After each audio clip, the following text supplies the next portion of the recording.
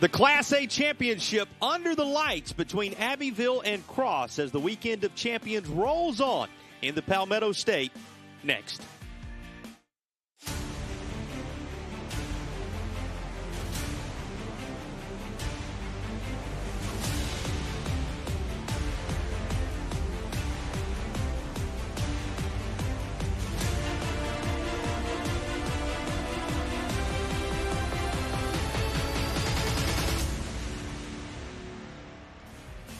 More championship football in South Carolina. Our broadcast presented by A&I Fire and Water Restoration throughout the weekend. 3 full days of championship contest. Our pleasure to welcome you back for it. Abbeville, you know, their perennial power seem to always be here. Cross trying to follow up with a second championship in just over a decade. 2 teams that have been the leaders in the upper state and the lower state set to collide. Alongside my broadcast partner, Toby Cates, former Gamecock captain, Jason Patterson, here with you. And Toby, first things first, championship environment fully underway on this Thursday. Yes, it is. It's going to be a great game. You got 2 high-powered teams. They've been fighting all year long to get here, and it's just going to be a great game to sit and watch. When you get into a state championship environment, the play of the quarterback is always critical. We'll begin our time looking at the 2 quarterbacks here tonight. Give us a little insight on what each one brings to the table, beginning with Abbeville's Leach. Definitely. DeMarcus Leach, he's just a great runner, and he's a great passer. And that's what you want to have. You know, with the offense, you want to be balanced in both ways, and you can see with his stats with 996 yards passing and 917 yards rushing with a total of 31 touchdowns. He's going to have an outstanding game. Midland's going to be familiar for a young man destined there at Carolina and his future. You flip over on the other side and trying to generate offense. This Cross team so focused on what they can do defensively will need a solid night from Tyler Harris. Definitely. Tyler Harris, he's one of the quarterbacks who is able to complete a lot of passes. He's thrown for 1,427 yards and 17 touchdowns. So, you know, he's able to throw the ball down the field. He has some big targets. So look for him to have a great night tonight. Those are our A&I Fire and Water Restoration players to rely on in this one tonight as we focus on the quarterback position. Dive into this one. What does it come down to? Give us your Ingles food for thought and the keys to tonight's game. I think the keys for Abbeville is to play with confidence and not cockiness. You know, they've been in this game before, but you can't come in and just be too cocky. Just have a lot of confidence. And then just control the ball. You know, the best way to stop this Cross offense is just, you know, keep the offense off the field. So just do what they do best, just control the ball. 12 state championships for Abbeville dating back to the 70s. We mentioned that 2012 championship for Cross. Tonight they collide in what you could bill as an offensive versus defensive struggle. It's the Class A championship, and it's next.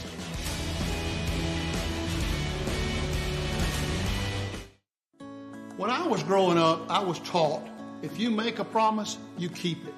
And for 45 years, that's what we've been doing at A&I Fire and Water Restoration. From Wilmington to Florence, from Myrtle Beach to Charleston. When disaster has struck, we've made promises to tens of thousands of families to turn their houses to homes again. We take pride in keeping.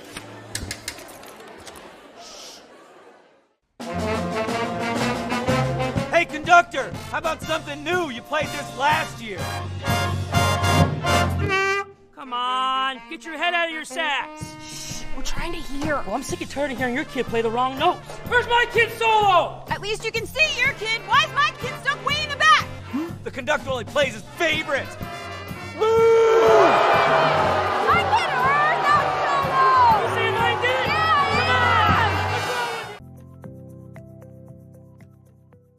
Thank you so much.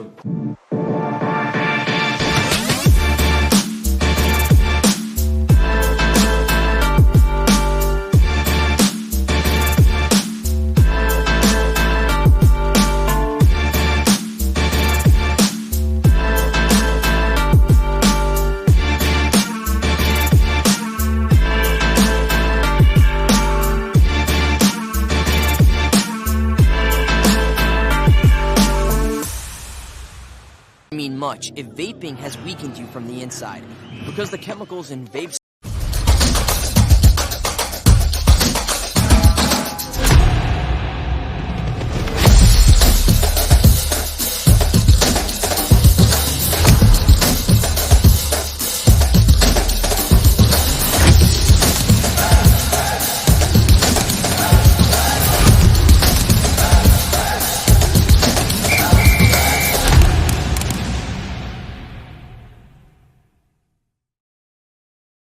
Cross moments away from doing so as well. Give us a chance to check in with the third member of our broadcast team for a little more on tonight's Class A matchup. Here is Jack the Longchamps. Gentlemen, it's a frigid one, but here's the day. Long dog days in the summer heat, all leading to this moment. This moment in time, which may be a rare one in a state championship, might be dominated on the outside. I know you guys already talked about Leach, but Leach, who on his Instagram is nicknamed the Locksman, he'll take his talents to Columbia, just right up the road, to play for the Gamecocks, where he'll play DB. But do not sleep on the two-way sensation, Caden Ramsey for Cross, gentlemen. He's got power 4 options filtering in and out. Virginia Tech, Georgia Tech. This young man is going to be a stud at the next level, leading the state with 13 interceptions. It's a really interesting matchup. It could be dominated on the outside. Let's see who walks away with the W. We'll send it back up to you guys upstairs. Well, Toby, you look at these two head coaches, two of the great gentlemen in this sport. Any time spent with Coach Wright, who is on your left, or Coach Nichols, who is on your right, is time well spent. Two guys who have done it the right way and have the respect not only of their football teams, but of their entire communities and this entire state. Well, it shows, that's how they got here. Two great teams, you got to have great coaches, great community, great people that's involved in the whole program. Not just the head coaches too, but it goes all the way through with the assistant coaches, all the way through and through the faculty and everything. So great job by these coaches. 15 years on one side, 21 years on the right side of your screen as well. So a couple of guys who've been in for a long time. And you talk about 3 decades plus when you see the head man for Abbeville going to work. Abbeville in search of a 13th state championship all time. 12 stretched from the 70s to present day. And that 2012 title, well, that's the one Cross is trying to build on for their community in this Class A championship tonight. With that, our Low Country Crawl Spaces kickoff, we are underway. Let's work together to connect your crawl space problems today. Well, no problems here when it comes to the opening kickoff. Big time return and solid field position is going to be the order of the moment as the 10th grader, William Grant, gets it all started on the cross side of things.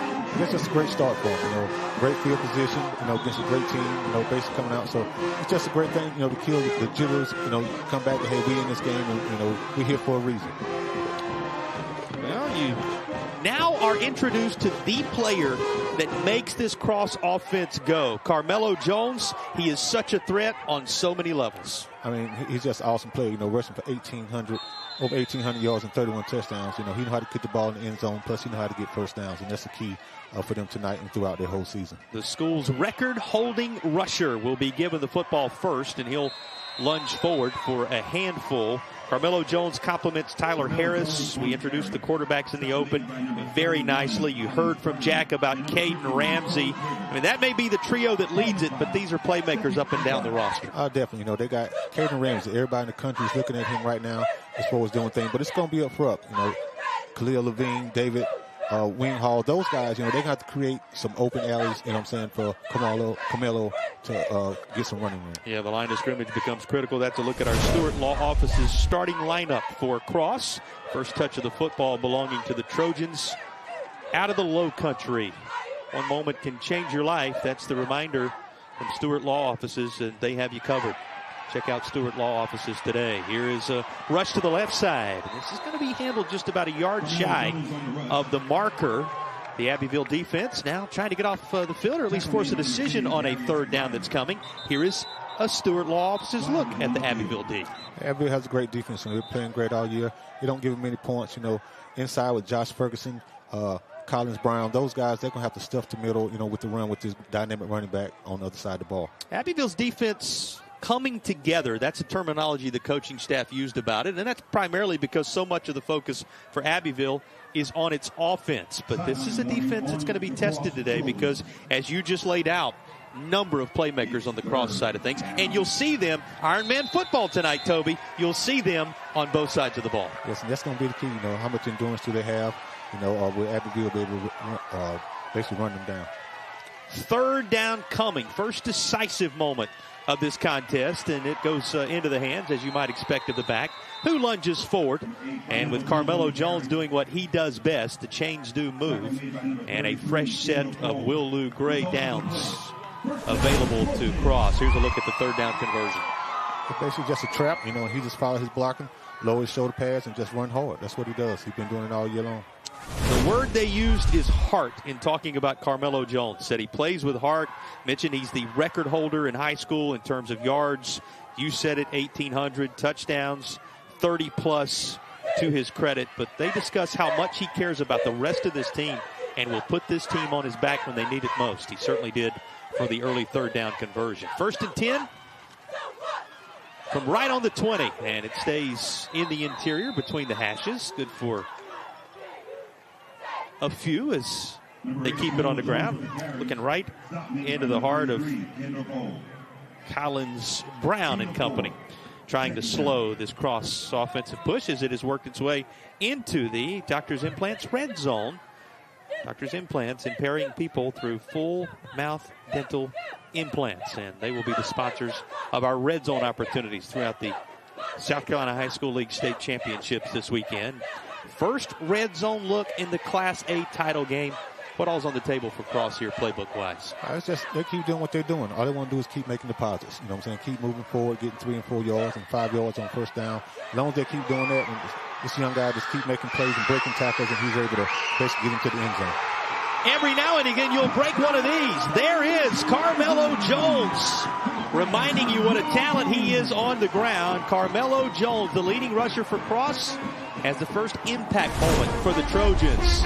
Well, this is a group that travels well. You see how full the visiting side is of fans. Now they have something to cheer about. Look at the stop here, Toby, and what he's able to do to finish this. He's just great. He has great vision. He's able to cut back. His cutback ability, what Coach has been watching on tape. So he's able to make people just stand still and then just keep exploding and going outside. And he just lowered his shoulder and just jumped into the end zone. Yeah, making 32 scores in his tremendous career. Well, the extra point world has been something of an adventure. Kickers will be a key part of state championship environments. These two maybe with not the strength of what they've had historically in those ranks. So you'll see if they line up and go for 2 on cue here. A little trouble with the opening extra point for Cross, but no trouble on the opening drive. Lower state champions out front first. And it's who else but Carmelo Jones doing the heavy lifting on the opening drive.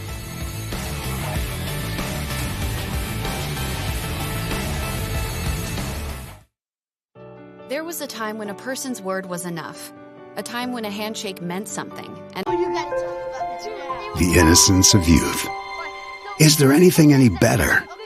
But soon they'll be in high school and facing all the same challenges you faced. How to make friends. How to fit in. How to be cool. We want our children to have everything they'll need to live fulfilling and productive lives. Make sure the kids in your family are among the more than 12 million participants in America who take part in high school sports or activities.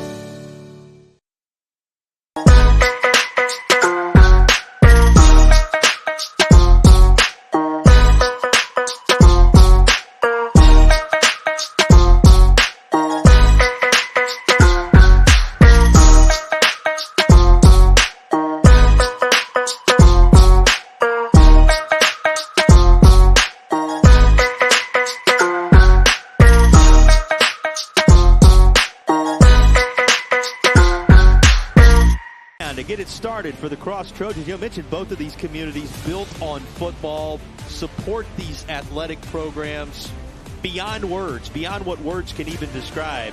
And the group having made the trip up from the low country, pleased with what they saw on the first rush's touchdown belonging to Carmelo Jones. You were impressed with what he did on that opening drive. Absolutely. Absolutely. 5 plays, 31 yards. It's just a great what they've been doing all year long. They've just been smash mouthing people and giving him the football and setting up things for later on. So maybe the passing game may, come along in the future that they're going to need. So, it's just a great drive for them to start off in the positive. Well, and speaking of setting up things, how about what the 10th grader was able to do? William Grant able to get the job done on the return that set the stage for a short field, which Cross capitalized on. All the headlines belong to the Abbeville offense and the Cross defense, but as state championship environments so often do, a little bit of a role reversal on that first touch as Cross puts the initial points on the board, a 6-0 advantage. That's not to say this team can't score. That's not to say Abbeville can't play solid defense. It's just the other units have been the headliners this year. We'll see what gives as those two collide. Does Abbeville have the same type return? It's a pretty good start for one of the captains, as Carson Norman is senior. Senior captains for Abbeville. Norman, the guy who you're about to see for the first time as a field general, alongside Evans and Graham, the captains for this Abbeville squad. And, of course, we're talking about DeMarcus Leach, who is ready to lead this group out. And, you know, the conversation with Coach Nichols revealed that this is a group, yes, they were a part of the 22 championship, but they were the understudies at that time. Now they are the senior leadership group, so this one is theirs to embrace, Toby. Absolutely. You know, when you sit back and you watch what other teams have done before, you want to come and try to do the same thing or maybe even do something better. So that's what those guys are trying to do, and they're starting off with a great run. Well, that's Carson Norman again. He had the return, and the senior will work it beyond the first down marker. That's yet another movement of the chains. Here's the surrounding cast offensively for Abbeville. A lot of playmakers for the Panthers. Absolutely. Carson Norman, you know, he's a great playmaker. He's rushed over 1,500 yards. Burton, you know, but up front, you know, Carson Harrison, Josh Ferguson, those guys are going to have to create holes, you know what I'm saying, for those guys to be able to make plays. They are the highlights of our Stewart Law Office's starting lineup. Stewart Law Offices, again, remember, there to serve you when needed most. Stewart Law Offices responsible for our starting lineups in this one. You heard the call of holding, so it negates what looked like a very positive start for Carson Norman and company. Instead, they're behind the sticks at the 24-yard line. Going to be first in a while for Abbeville. Go right back to the ground. That's been the story for Abbeville. Now, if you've watched this Abbeville team historically, first touch for Riley here, you'll hear a number of different guys involved in the rushing attack. If you've watched them historically, you know so much of it is done on the ground. But this cross defense is going to be tested because this is a multifaceted Abbeville team this time around. Who do you highlight defensively as we look at the lineup trying to stop that for cross? I think Jayden Broughton, the nose guard, he's been in the backfield a lot this year. You know, he has about 85 tackles, so he's been causing a lot of havoc. He's going to have that to stop Riley and Norman. You know, Riley's a great back. You know, he's rushed for over 1,000 yards also, too. So they got 2,000-yard running backs in Abbeville backfield. So it's definitely hard with a quarterback that's rushed for 900 yards. So you might as well say 3 backs that's rushed for 1,000. Yeah, you might as well. And speaking of that quarterback, that was his first call of his own number. DeMarcus Leach lunging forward to make it a manageable third down from what was first and forever. And yes, he's thrown for 900 yards as well as the work he does on the ground. So there is that added element of an Abbeville team that has made their mark in this state rushing the football to go to the air when needed, and more often perhaps than you may be accustomed to. That line trying to make some space. This is going to be very close to the marker. Let's see where they spot this after a third down carry up to the 42. Stop of the clock, and it's going to be a timeout the officials are going to call for to eyeball this fourth down play. Well, fourth down, Abbeville coming over to talk it over with their coaching staff as the chains come out. I don't think there's no question. You know, definitely they're going to go for it. You know, they've been going for stuff all year. You know, they built for this right here, fourth down, so that's what they want to do. They want to keep making the positive. They want short yardage in third and fourth down situations. They want to keep moving the chains, and they just feel that they're powerful enough to get half a yard. Well, and there is the Abbeville head man. We talked about it. 20-plus years, a couple of decades plus, at the helm of this program. 3 decades or more when you talk about his investment in the sport, what he means to the community, and the respect he has garnered around the state of South Carolina. Unquestionable. Just like this call, as you said. No question, Abbeville lines up, ready to roll on fourth down and short. Fourth down, well, that's for number 4. It's going to be a carry across the line of scrimmage, past the marker, and on into cross territory for DeMarcus Leach. And you can move the chains. Absolutely. You know, just a short trap, and he just follows behind his blocking, and he just ducks his shoulder, and it creates space and create room for him. He just does what he does best, move the chains. All right, tell me what makes DeMarcus Leach so difficult to defend. I think what makes him, because he's faster than what you think he is. He's really elusive, and he has a strong arm. He's able to carry out fakes and do things and set you up. You know, a quarterback that can throw the football and run the football is a dangerous threat, you know, and you don't know which one he's going to do. Well, he also has a number of weapons he can turn to. This is the first time we've called the name of Cam Lee, another in that stable of backs for Abbeville. Yes, he's come on. He's come on probably late in the year. You know, he's rushed about 400 yards, but he's averaging about 4.7 yards per carry. You know, he's waited his time out as a senior, so he's doing a great job coming in and helping the team move the chains. Well, and he's a guy responsible for finding the end zone on 4 occasions himself this season. Little toss out. There's that pass we promised you Abbeville would be involved in. It goes to Jaden Baylor. Baylor, who also serves as the backup to Leach and is the premier wideout in this offense, getting involved with this toss his direction. It's just a rollout. You know, it's a simple flood concept. You know, basically a check and trying to hit a corner behind if the safety doesn't sit or the corner comes up. But, you know, he just took what was given to him. He just take the 5 or 6 yards, and now he put himself in, you know, second or third situation, you know, short yardage, so he can just move the chains and they can keep getting first downs. Well, this is the first touch of the football for the Panthers of Abbeville. I told you 12 state championships all time for this group. 22 the most recent. That one happened at Benedict College, though, in the Columbia area. So it's a new wrinkle for Abbeville, despite all their state championship experience, to be playing in this venue here at South Carolina State. He said, you know, it's school day today on a Thursday. We'll come down. We'll take a look. We'll see what part of our routine we can go through, because there was a newness to this one because of it being played here in Orangeburg. Yes, but, you know, he said, you know, it's newness where we're playing it, but we still can play the same football on the field. And I think that's his mentality of his players and everybody else around him. Yeah, not much new when it comes to the game plan. If it's not broke, don't do much with it. Abbeville's offense has been something for as long as fans in the Palmetto State can remember. And here's a screenplay set up toward the far side. Good for a handful as Jaden Baylor is back in the thick of things offensively again. He's that complement to all these backs, Toby. Absolutely. You know, he just took the ball, just throw it out. He's able to, you know, the guys out there blocking for him, he just moved the chains. Only thing they're trying to do is just get the ball closer to the chains and get 3 or 4 yards. Every time they keep getting 3 or 4 yards, they're going to go for it on 4th down, and hopefully they think that they can get a first down. Baylor, a guy responsible for a few touchdowns in his own right this year. You see the vitals on the wide receiver for Abbeville. 3rd down and a long 5, and weaving through traffic is Leach, and he's going to find his way inside the 35. That's good enough to move the chains. He had more than enough for the latest Abbeville first down, and the Panthers remain on the march. Absolutely, it's just like the same pattern that they did before. They're just setting up the run. They rolled out to throw the ball. This time they roll out, but it's actually a quarterback sweep. So it was a sweep all the way and didn't have any pass options, but it makes it look like a pass because the cornerback don't know if he's going to throw the ball or not. They're just setting up for things in the future. Well, and that future looking like it's going to be quite competitive. A touchdown on the board for Cross, and Abbeville still moving with their first possession of the ball game. And here is Norman, who got it all started with a nice return and the initial play from scrimmage. That one was negated. This one will not be. He has first down yardage and then some. He's going to move it into the Doctor's Implants red zone. First red zone chance coming for Abbeville. As that's saying with this offense, you don't know which running back going to get the ball. So it's just basically a jet sweep. He comes in motion. He gives it to him.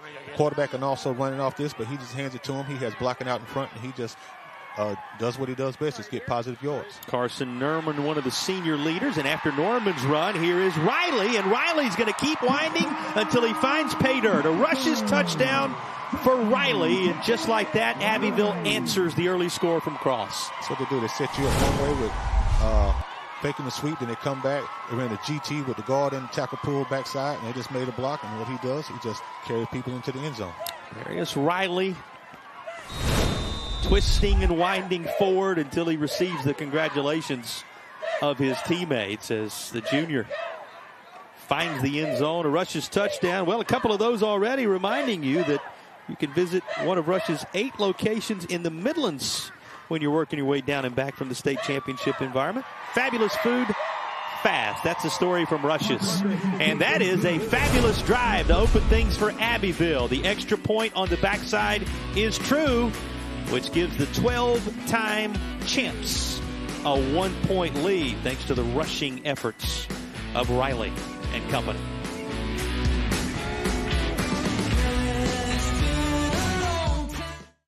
Absolute Total Care. Total health care for you and your family. Total peace of mind and well-being. Total assurance plan coverage. Totally affordable healthcare solutions for everyone. Absolute Total Care is totally South Carolina. Totally you. Our health insurance is designed to improve the lives of individuals and families of South Carolina. At Absolute Total Care, we mean it when we say, one plan, always covered.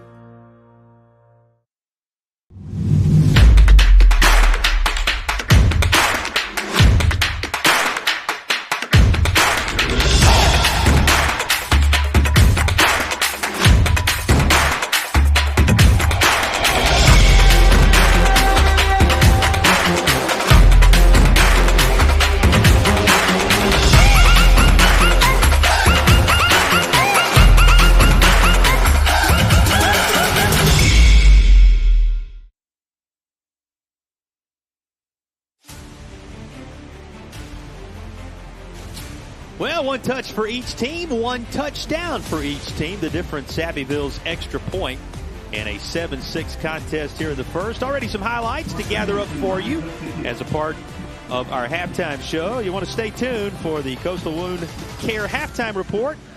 We'll have a special interview with South Carolina High School League staff member, first half stats, that and a whole lot more as part of our halftime report brought to you by Coastal Wound Care. Abbeville to kick it away. You know, this is not the historic Abbeville kicking scenario of into the end zone regularly.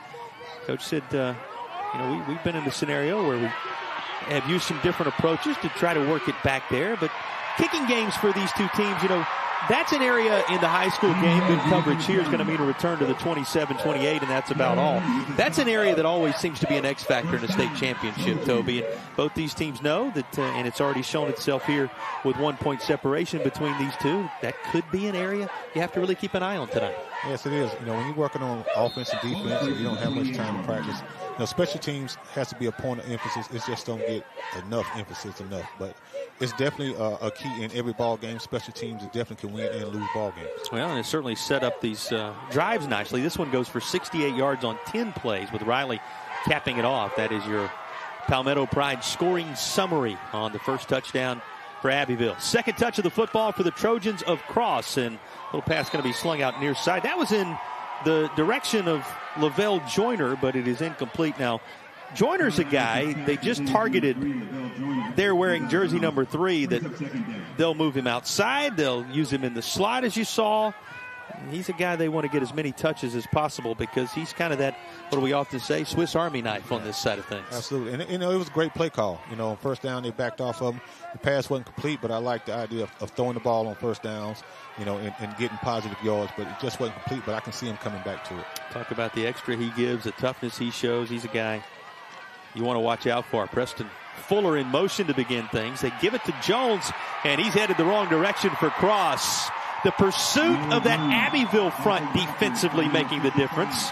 A.J. Speech letting you know about it at the end. Big time loss as they stacked up Carmelo Jones. Absolutely. They basically played man coverage. They put extra men in the box, and you just can see the pressure. They don't have enough guys to block it, so they covered up each zone, and the guys trying to make plays. But once this happens, you have to just fall down and just stop losing 5 or 6, 7 yards. Just fall down and get what you can get. You can't break every play. Well, back to that communication we had earlier. Yes, it may be the Cross defense that's the headliner, but they scored quickly.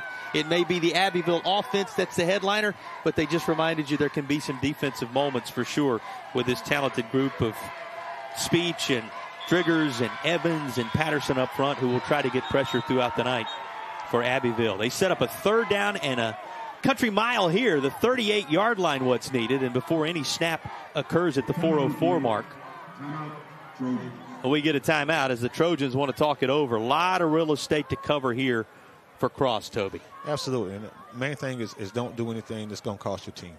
It's hard to get 3rd and 24, so just play to get some yards. And if you don't get it, do something safe, maybe roll them out the pocket or throw a screen or something to the running back. If that doesn't happen, tell the quarterback just be safe and throw it away and punt. That's not a bad thing to do. It's just punt the football and then just play great defense. Third year in succession for Cross that they have claimed Region 5 Class A. And he talked about the highlights for his team, did Coach Wright, when he said, you know what? Locking up the region and having a home field opportunity. And he said, then taking on Lakeview and being able to come out on top. He said, Lakeview, one of those teams at the pinnacle of our classification. Tremendous respect he has for Coach King and his staff. And he said, that lower state game, well, it gave our crew something to hang its hat on. You see his numbers overall, guy with a decade-and-a-half experience under his belt, and it includes, as we said, that championship that occurred in 2012. His crew back looking for another. Behind the sticks here, though, and that's a little bit of a difficult snap, and just having to cover it up is the quarterback, Harris. And that's going to make it even tougher. 4th down, and the kick's going to have to come from way on back there, Toby. As you can see, it's pressure, situation, it's 3rd and a mile, so the center trying to snap the ball and block somebody who's aggressively trying to get, to his quarterback. So, it's just time to settle down and do stuff. Maybe not wasn't bad. So who knows what play they had called. It looked like they was going to run the screen up top, something safe so they could eventually get the punt. But they lost some yards by the bad snap. Going to be Caden Ramsey, who is the brother of Harris, who you see there, the field general for this crew, the one family connection on this squad from a brothers in uniform scenario, and he's going to kick this out toward the 40. It's going to be blown dead at the 37-yard line. This is going to be great field position for Abbeville, and suddenly a Panthers team off that 10-play extended drive just a moment ago, back to work. And you know what that means, the play calling for his staff talks about how wonderful the group is that he's been able to put together, and Coach Nichols' numbers speak for themselves, Toby. I mean, it's just amazing, 21 seasons at one school, 12 state championships and 15 state championship appearances. So, he don't lose many times to come here. Just a remarkable career. Most coaches want to get here once or twice in a career, but he's been here 15 times for appearance and winning 12 years. Well, and he always praises the student athletes that are there under his tutelage, but he talked a lot in our conversations with him this week about not only the coaching staff that surrounds him, and we'll get into that before the night is done, but also the administration's commitment, the community's commitment at Abbeville to football. It's a rite of passage in their backyard. Yeah, absolutely. When you got the administration in the school that's behind you, it's something that's special. Some schools don't have that. Everything's about academics, but definitely you can mix the sports in there both. We got student athletes, so being able to be a part of both of them is just a great thing to have in your community. Yeah, the same way they mix the backs into this offense. How about Ladarius Burton, who is going to get a look? Number 6 totes it well. And this is what they do. They get you going one way, and they just run a jet sweep back another way. Then all of a sudden, the quarterback may fake it. He may roll out off of it or run quarterback power. So they have a lot of different options off of it. They went left, 90 coming back right. So, they keep going one way, left, right, taking lateral, and all of a sudden they're going to try to go up the middle. So they just set you up for one thing. That's a great thing that Abbeville does. Here's Carson Norman working it into the Doctor's Implants red zone. Another red zone chance for Abbeville. 2 touches of the football, the first one resulting in a touchdown just a moment ago, and now a Doctor's Implants red zone chance for the Panthers once more, just inside the 15-yard line. Leach going to hand this off. And there is Haddon with it. Flags come in. So the officials are going to have to sort this one out on what was a second down play. Yeah, it's a great run, great play design. I think it was holding, basically in that range. I think Darius Riley was going to be called for the holding. The running back trying to block for his fellow running back. Give him an A for effort, but you got to keep your hands inside, young man. Holding on the offense. 10-yard penalty for the spot of the foul. We're going to replay second down. A little clarification being requested by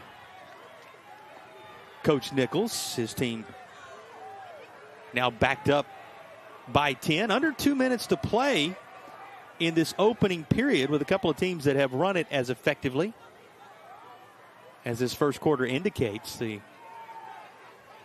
initial stanza of this one starting to rapidly pass us by, Toby. Yes, absolutely. But we're going to see what they're going to do right here in second and long, where they try to get some, with a run, or maybe even roll the quarterback out, maybe look like a runner, and maybe throw a check or something on the outside.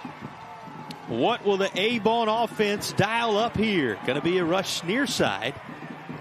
But a lot of blue jerseys swarming, and Cross is able to swallow up the ball carrier before he gets back to what was the original line of scrimmage on this sequence of downs. This is well covered. at World Cup, that's what Cross has to do. Make it go lateral. That's what you want to do. He tried to make a little cutback, but pursue. Defense has to be pursuing to the football. Every man has to get to the football. That's what they believe in. As long as they're doing that and bringing all 11 hats to the football, you can be successful. Well, we were told two things by the coaching staff for Cross. One is that Michael Bennett was the heart of this defense. You see him filling up your screen there, and that it was going to be Iron Man football. They would need to be locked and loaded. Swarm into the ball. Certainly lived up to that billing on this occasion. It is Leach with a head of steam, and he's inside the 15 to the 14. This is right back where Abbeville was before the penalty. The difference, it's now 4th down. And that's what they want to do. They keep moving the chains, keep making positive, the positives. Just keep moving forward. They want, they like to be close, 4th and 3, 4th and 2. That's what they built on. They want to get 4 downs and keep moving the chains, and hopefully they can keep driving all the way to the end zone. Right, make some noise for your teams. Team that's worked its way through Blackville, Hilda, Lamar, Louisville. Some of the memories of this journey. Abbeville at times 2A ranks, now finding themselves in the Class A ranks. And you talk to the coaches, the people surrounding the program, their response I thought was a fitting one and never more true, that what you find out is no matter what classification you're in, it's great football in South Carolina. It's going to be great football in the state of South Carolina. Been quite a journey for them to get to this point. 4th down, go for it here. Looks like there's enough. Let's see exactly where they spotted. It appeared as if he reached the 10-yard line, only needed the 11, and that'll mean a fresh set for Abbeville. So you said it, no hesitation on 4th down, regardless of the location on the field. This time, the Panthers once more convert. That's their thing, 3 yards in the cloud of dust. That's what they told us when we come up. And only they keep keeping 3 yards and 3 yards and 3 yards, you cannot be stopped. That's what they basically believe off of. Just keep getting 3 yards. If you get stopped for 2 yards, it's going to be 4th and 2 or 4th and 1. So that's what the teams are built on. Couple of 4th down conversions a part of this early surge for Abbeville. They have a 7-6 lead after 1 period. Cross struck first. You know who. Touchdown from Carmelo Jones, but it was answered by that stable of backs for Abbeville. We're separated by 1 after 1. I'm Dr. Timothy Gregory with Coastal Wound Care. Are you living with a diabetic or chronic wound? A wound that won't heal can lead to serious problems, even amputation. At Coastal Wound Care, we provide the most up-to-date treatments, including negative pressure, compression therapies, and skin substitutes. As a physician-run private practice, we prioritize your needs, providing the time and attention you deserve. Our dedicated team is here for you. We offer next-day appointments, making your recovery as seamless as possible. Call Coastal Wound Care now and start healing. Is your child struggling in school? Do you know a child 16 to 19 years of age who has dropped out, lacks discipline, or is on a destructive path? Then give the Will Lou Gray Opportunity School a try. The military-style school provides an alternative education to young adults in need of a second chance by offering academic instruction by state-certified teachers and job-based training. Students live on campus during the 14-week program, which is virtually free. For more information, call us or visit willlougray.org.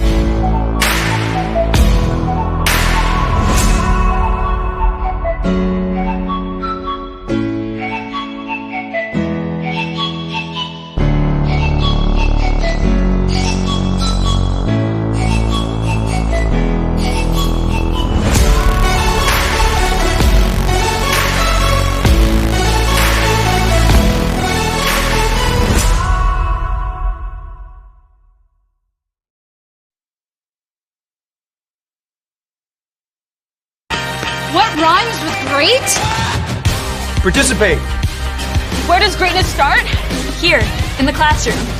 On the stage. In the pool. On the field. Where will your greatness take you? To better grades. To more friends. Yeah! Be great. Participate!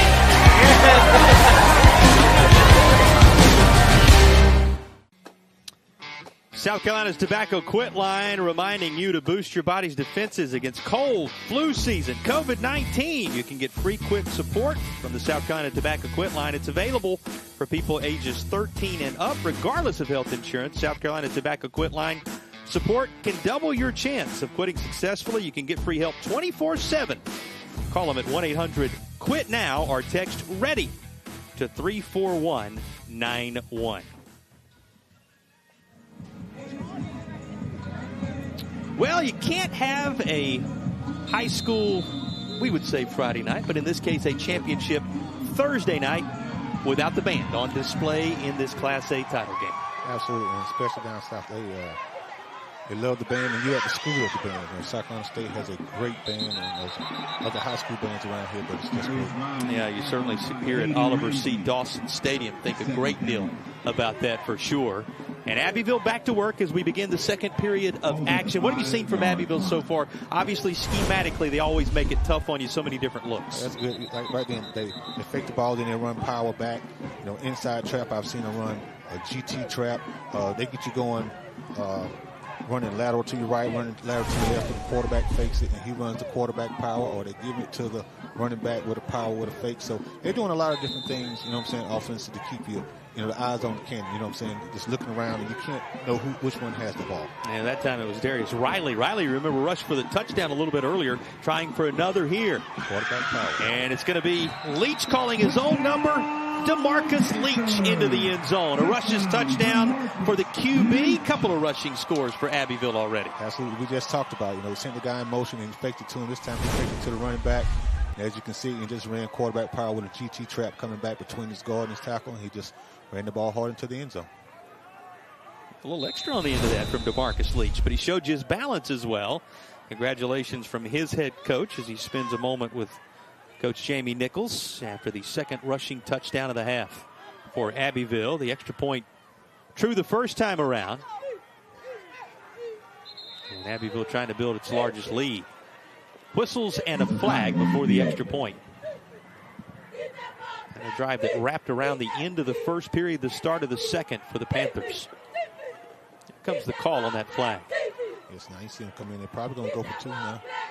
They get to move the ball. That's that, 4th and 2 type situations, or 2-3 yards. So they figure that they can get it.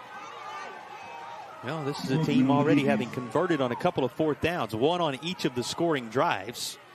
And number 4 back out there to lead the way. You said it, a little closer. Down inside the 2 now. And Leach looking over to the far side for that Abbeville play call. With the missed extra point earlier for the Trojans, you really are looking at a field goal picked up here when you think about the extra point and now 2-point try and what that would do from a possession standpoint. Here's a cut that will work out well for Leach, and he carries it in himself. Had the touchdown, had the 2-point try that follows, and that conversion. Putting the high water mark at 15 for the Panthers. Abbeville chasing their latest championship and showing you a full stable of backs, including their talented QB.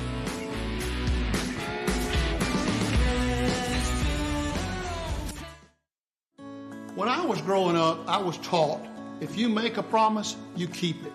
And for 45 years, that's what we've been doing at A&I Fire and Water Restoration. From Wilmington to Florence, from Myrtle Beach to Charleston. When disaster has struck, we've made promises to tens of thousands of families to turn their houses to homes again. We take pride in keeping our promises. It's what we do. It's who we are. A&I Fire and Water Restoration.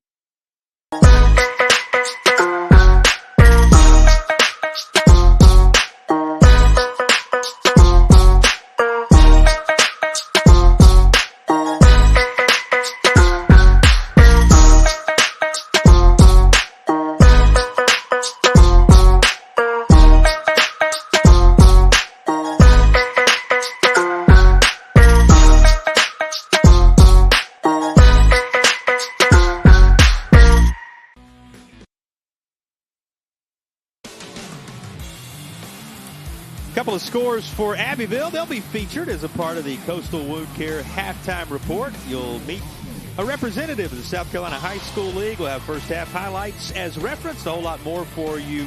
You can heal faster with Coastal Wound Care, sponsors of our halftime report. Low Country Crawl Spaces kickoff coming up. Let's work together to correct your crawl space problems today. That's Low Country Crawl Spaces, proud sponsors of all of our kickoffs throughout the course of this championship weekend in South Carolina. Something right about being under the lights. even if it is a Thursday night, Toby. Absolutely. It's nothing like we used to say Friday night lights, but Thursday night lights, I take any lights. Yeah, prime time contest in the Class A ranks, and something special for these players to have an opportunity to make their mark on the championship weekend. Band plays as they try to get the Trojans of Cross jump started once more. They struck first with a touchdown, but a missed extra point has seen 15 consecutive reeled off by Abbeville. Had a flag on that kick, gives us a chance to look at the first quarter stats. What jumps off the stat sheet at you from that first quarter? Oh, man, 120 yards rushing, 120 to 11, total yards. Basically, Cross has to just get something started, what I'm saying, again, like a big kickoff return, and move the ball down the field. But just be patient. They try to throw the ball on first down. It wasn't complete, but just don't abandon it. Come back and take a shot on first down and get positive yards. You can't lose, yards and go backwards. So you don't have to get it all back at one time. You're basically down like one score. So just take your time, be patient, and do the things that got you here. Just be patient with the coaching staff and the players, and they can make a chance and get back into this ball game. Well, and that's what it was for Cross. A big kickoff return that jump-started the opening drive that was capped on the lone touchdown by Carmelo Jones. And they'll get another chance at that here, as Abbeville is going to be forced after the penalty to kick it again. And Jacob Vasquez, the 10th grade kicker, set to handle those responsibilities. Puts a right foot into it. A little trouble at the 30. That's a live ball, but it's picked up nicely. Sometimes that can create some separation. There's enough of a gap across the 35 to the 37-yard line on Carmelo Jones' return, and he and the rest of the offense now set to go to work at the 11:40 mark, second quarter. Well, walk us through what Cross is able to do offensively under the direction of Tyler Harris if things go their way tonight. Basically, they're able to just have a calm quarterback. That's what you need in these situations. They've been in a few tight ball games this year, and that's what you need. You need a quarterback who can come in there when things are not going, when you're not scoring 50 points or something like that. They know there's going to be in a tight ball game. And then, their main runner, Mr. Jones, just went out. He tweaked the ankle on that kickoff return. So now it's more responsibility on him to maybe even complete a pass. Just like he's throwing right there, but the thing you can't do is get a pick. Ends up being Norman who snatches it out of the sky, and that is a turnover forced by the Abbeville defense. And after the Panthers put a couple of scores on the board offensively, here's their defensive moment. And, we talked about Iron Man football. You've heard of Norman in the return game. We've talked about him on multiple fronts, and he is the player in that Abbeville secondary making the difference here. Yes, he just stepped back and multiple guys just covered him, and he tried to throw a ball in a tight window, and it just didn't work out for him right here. He just stepped in front of it and just picked it. He knew where it was coming all the way and just made a great return. Carson Norman, one of the senior captains, with the takeaway for the Panthers. Well, stays on the field, right? Why not? That's the nature of this. We talked about it. 27 on one roster, 27 total players. That's going to require you to do some mixing and matching on both sides of the football. Talking, of course, about Cross. The number's a little higher on the Abbeville side of things, but when it comes to the playmakers, they're often asked to play both ways. One thing the coaches talked about, the complex nature of the offense, though, Toby, limits you to how much defense you want to have someone else play, not only from when they're touching the football, but the blocking schemes and everything it requires of you physically. You got to be real careful in terms of when you utilize that Iron Man approach. Absolutely. You just got to, if you got a player that's sitting down that can make good tackles, but he may not can cover, but in this going against this type of offense, you need a guy who can actually make tackles. You don't need anybody to cover because they don't throw the ball as much. So, you can get by with sliding some guys in the secondary and do certain things, and maybe putting a bigger defensive lineman who plays a lot of offense that switch some of your best players in and out, but you can't just use them all the time until at the very end when the game is on the line. Yeah, pick your spots and your matchups. Here's a look at why flags were flying as Riley carried this. You see the attempt to bring him to the ground. And once they sort it all out, our officials gathering up to talk it over. We haven't talked yet about the third team on the field, but it is always an honor for those who are selected to work these state championship games. Face mask going to be the call against Cross, and that's going to help Abbeville's cause as Abbeville will work a little closer toward the goal line here. That's their goal. Just keep getting close and keep getting first downs, and let that clock keep ticking. The best way to keep offense, a good offense on the field, is just keep them out there. You keep the ball on the field for yourself. That way, if you keep controlling the clock, then the offense has to sit on the sideline. So, and they get impatient, try to come in and do something that can go in your favor. Well, and this offense already showing how solid it can be. Remember, this is a cross defense that has pitched 7 shutouts this season. Across defense, you're not talking about a lot of points allowed. Century mark, something of an accomplishment across the course of the entirety of the season. And for Abbeville to already be able to do what they've done, it speaks to the machine, the well-oiled machine that Abbeville has been for some time, for decades. Absolutely. I just tell me this don't get caught in the eye candy because so many guys coming through. And on that position, they did a great job. The guys stayed at home. The backside, the wheel backer, he actually slid in like he's supposed to instead of looking for something out there.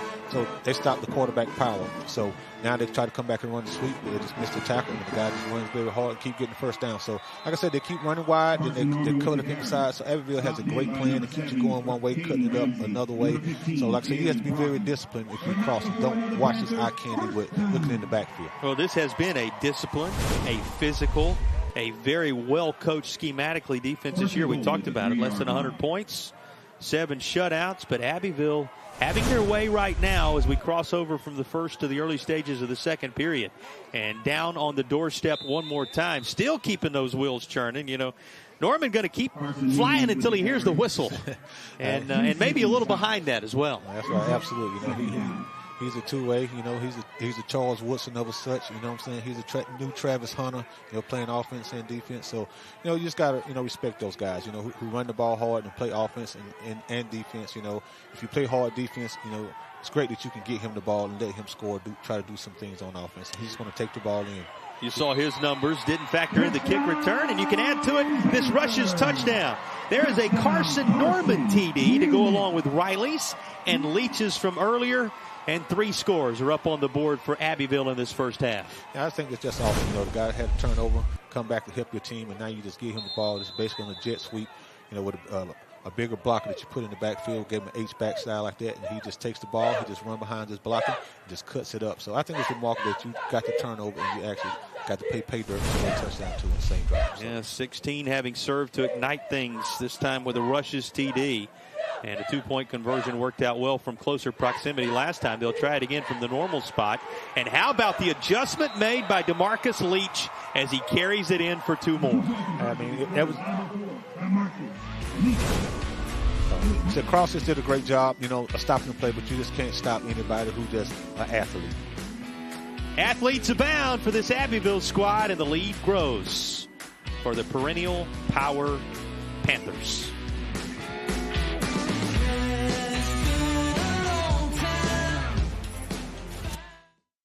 Coming home from work, and while I was at a complete stop, a truck rear-ended me. With that became a lot of pain in my neck, my shoulders.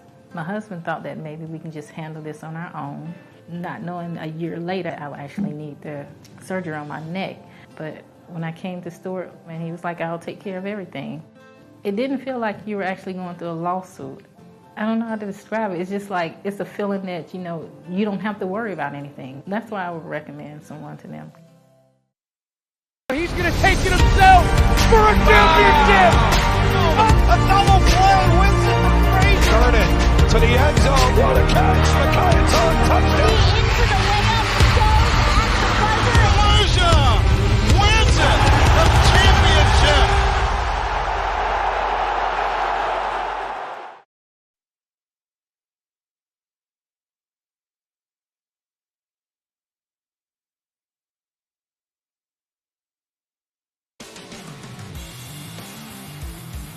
Another Abbeville touchdown, another on the ground, but a different individual scoring at this time. One for Riley, one for Leach, one now for Norman, and the 2-point conversions on each of the last 2, running the total to 23-6. Stick with us for the duration. At the end of tonight's contest, we will select our Stanley Law Group Player of the Game. Stanley Law Group, your injury law professionals.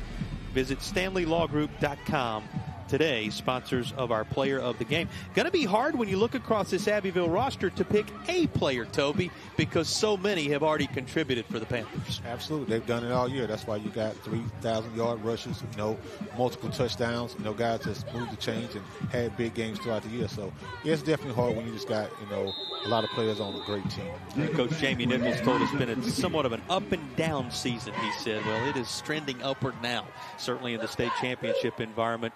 Also speaks to the standards for this program when you think about it being up and down. Been an up-and-down start on the cross side of things, and here's a live football as it bounces off the return man. No indication yet. Boy, this would be heartbreaking for the Trojans after the interception a moment ago led to a third Abbeville touchdown.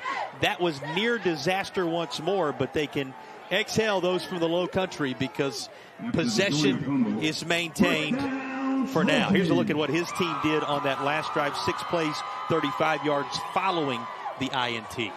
Absolutely. Like I said, I'm glad that Norman got a chance to score after he picked the ball and got him in that position to score, and he was able to score. That's just a great thing to have a turnover and then find pay dirt on the same basic possession. Yeah, you got to get the payoff at the end of that, particularly after he ran it down there following the pick. A young man who's done just a little bit of everything. He's certainly in the conversation for that player of the game selection at the end of things. 9 and change to go in the first half. And after taking a deep breath, Harris going to hand off to Carmelo Jones.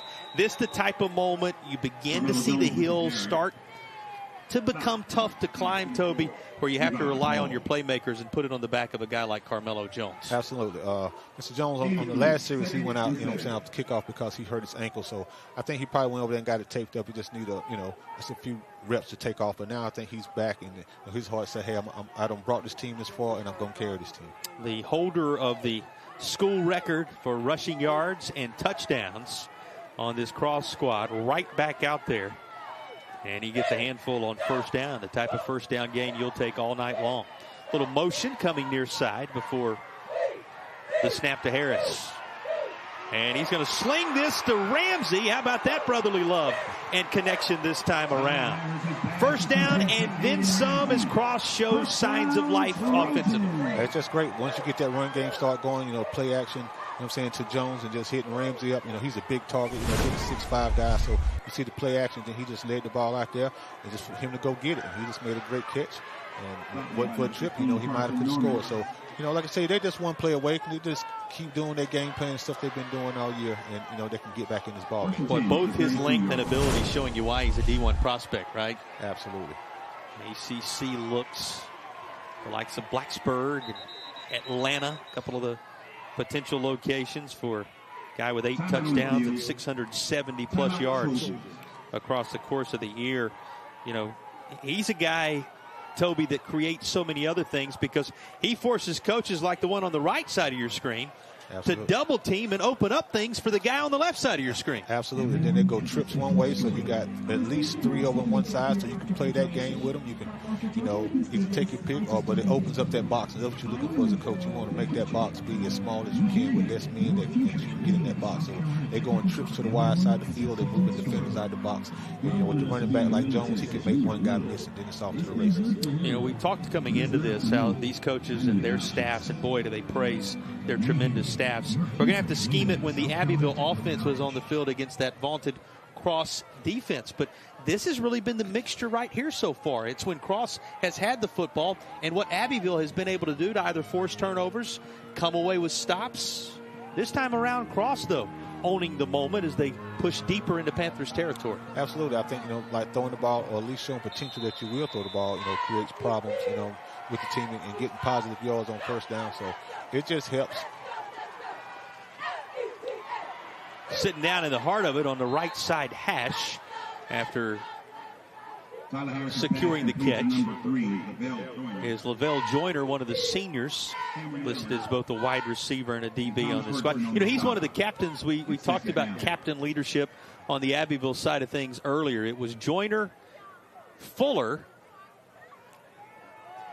Carmelo Jones, who we've talked a great deal about, and David Wigfall, the 4 that made their way to the center of the field as the captains, as the leaders of this group for Cross. Yes, and like I said, it's just awesome now. Like they threw the ball on first down, and they got basically 4 or 5 yards. So now they're able to throw another pass or either take a shot.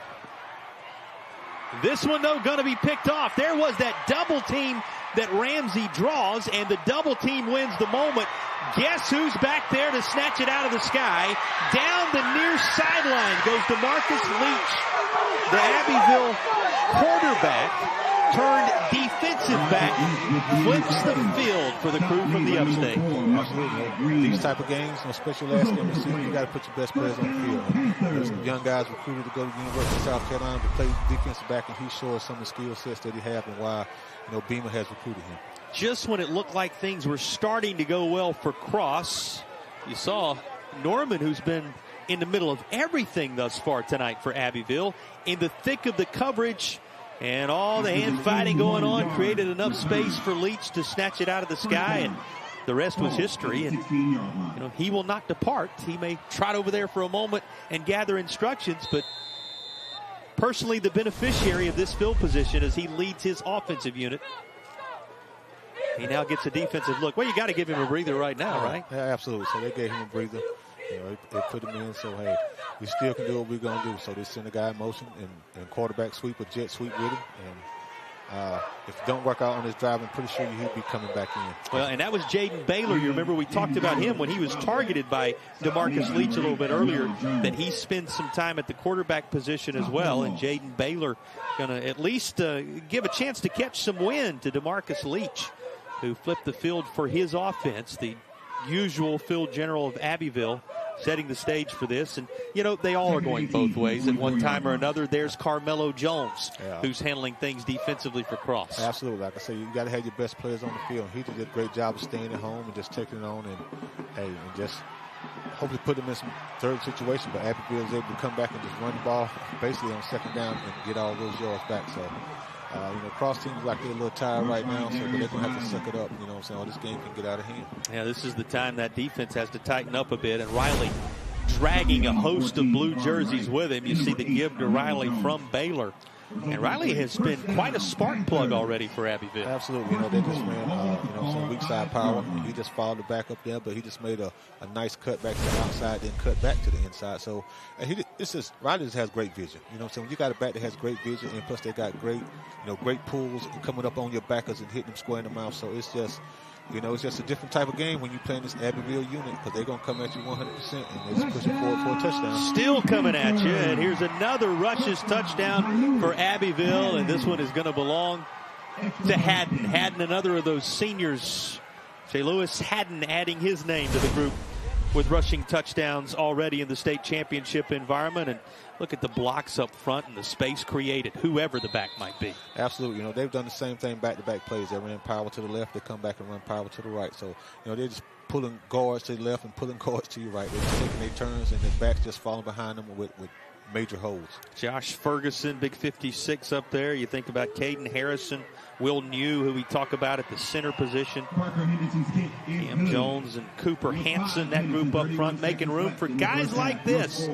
And it's Haddon, the senior, who puts 30 on the board for the Panthers of Abbeville with this rushing touchdown. How about the Rush's touchdown on this give to Haddon?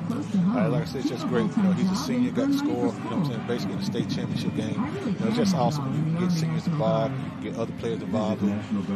Been scoring some all year. Other guys may have had all the glory, but when you can get their hands in the ball and they can score a touchdown, it's something they'll never forget.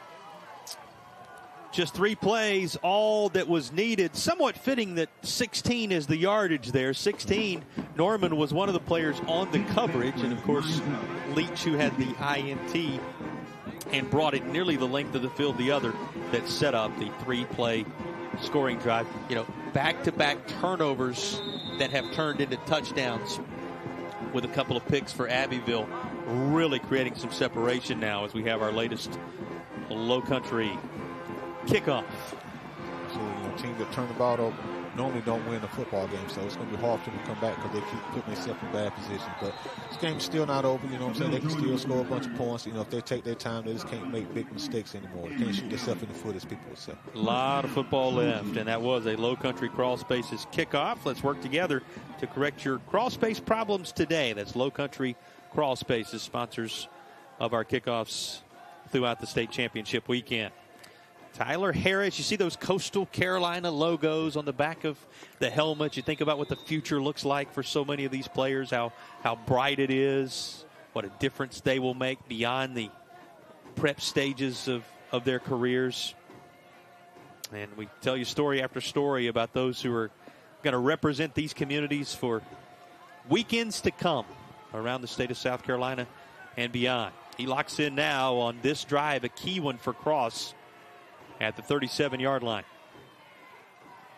Jones through some traffic and up across the 40 to the 41. What are you seeing from Carmelo Jones so far on both sides of the ball? I've seen on the offense side of the ball, I see great vision. I see a guy that, his pass, he run low, he has great vision, he's very powerful, and I think his cutback ability. I think that's why he scored that first touchdown. They're so used to him cutting back against the grain. Defense, he's doing a great job of trying to hold, the edges, but, they're putting another guy around there, a bigger guy, that's actually, he has to take on that block. But he's doing a lot and doing all he can for his team, for them to try to come back and win this ball game. Talk about that offensive line. David Wigfall, 54.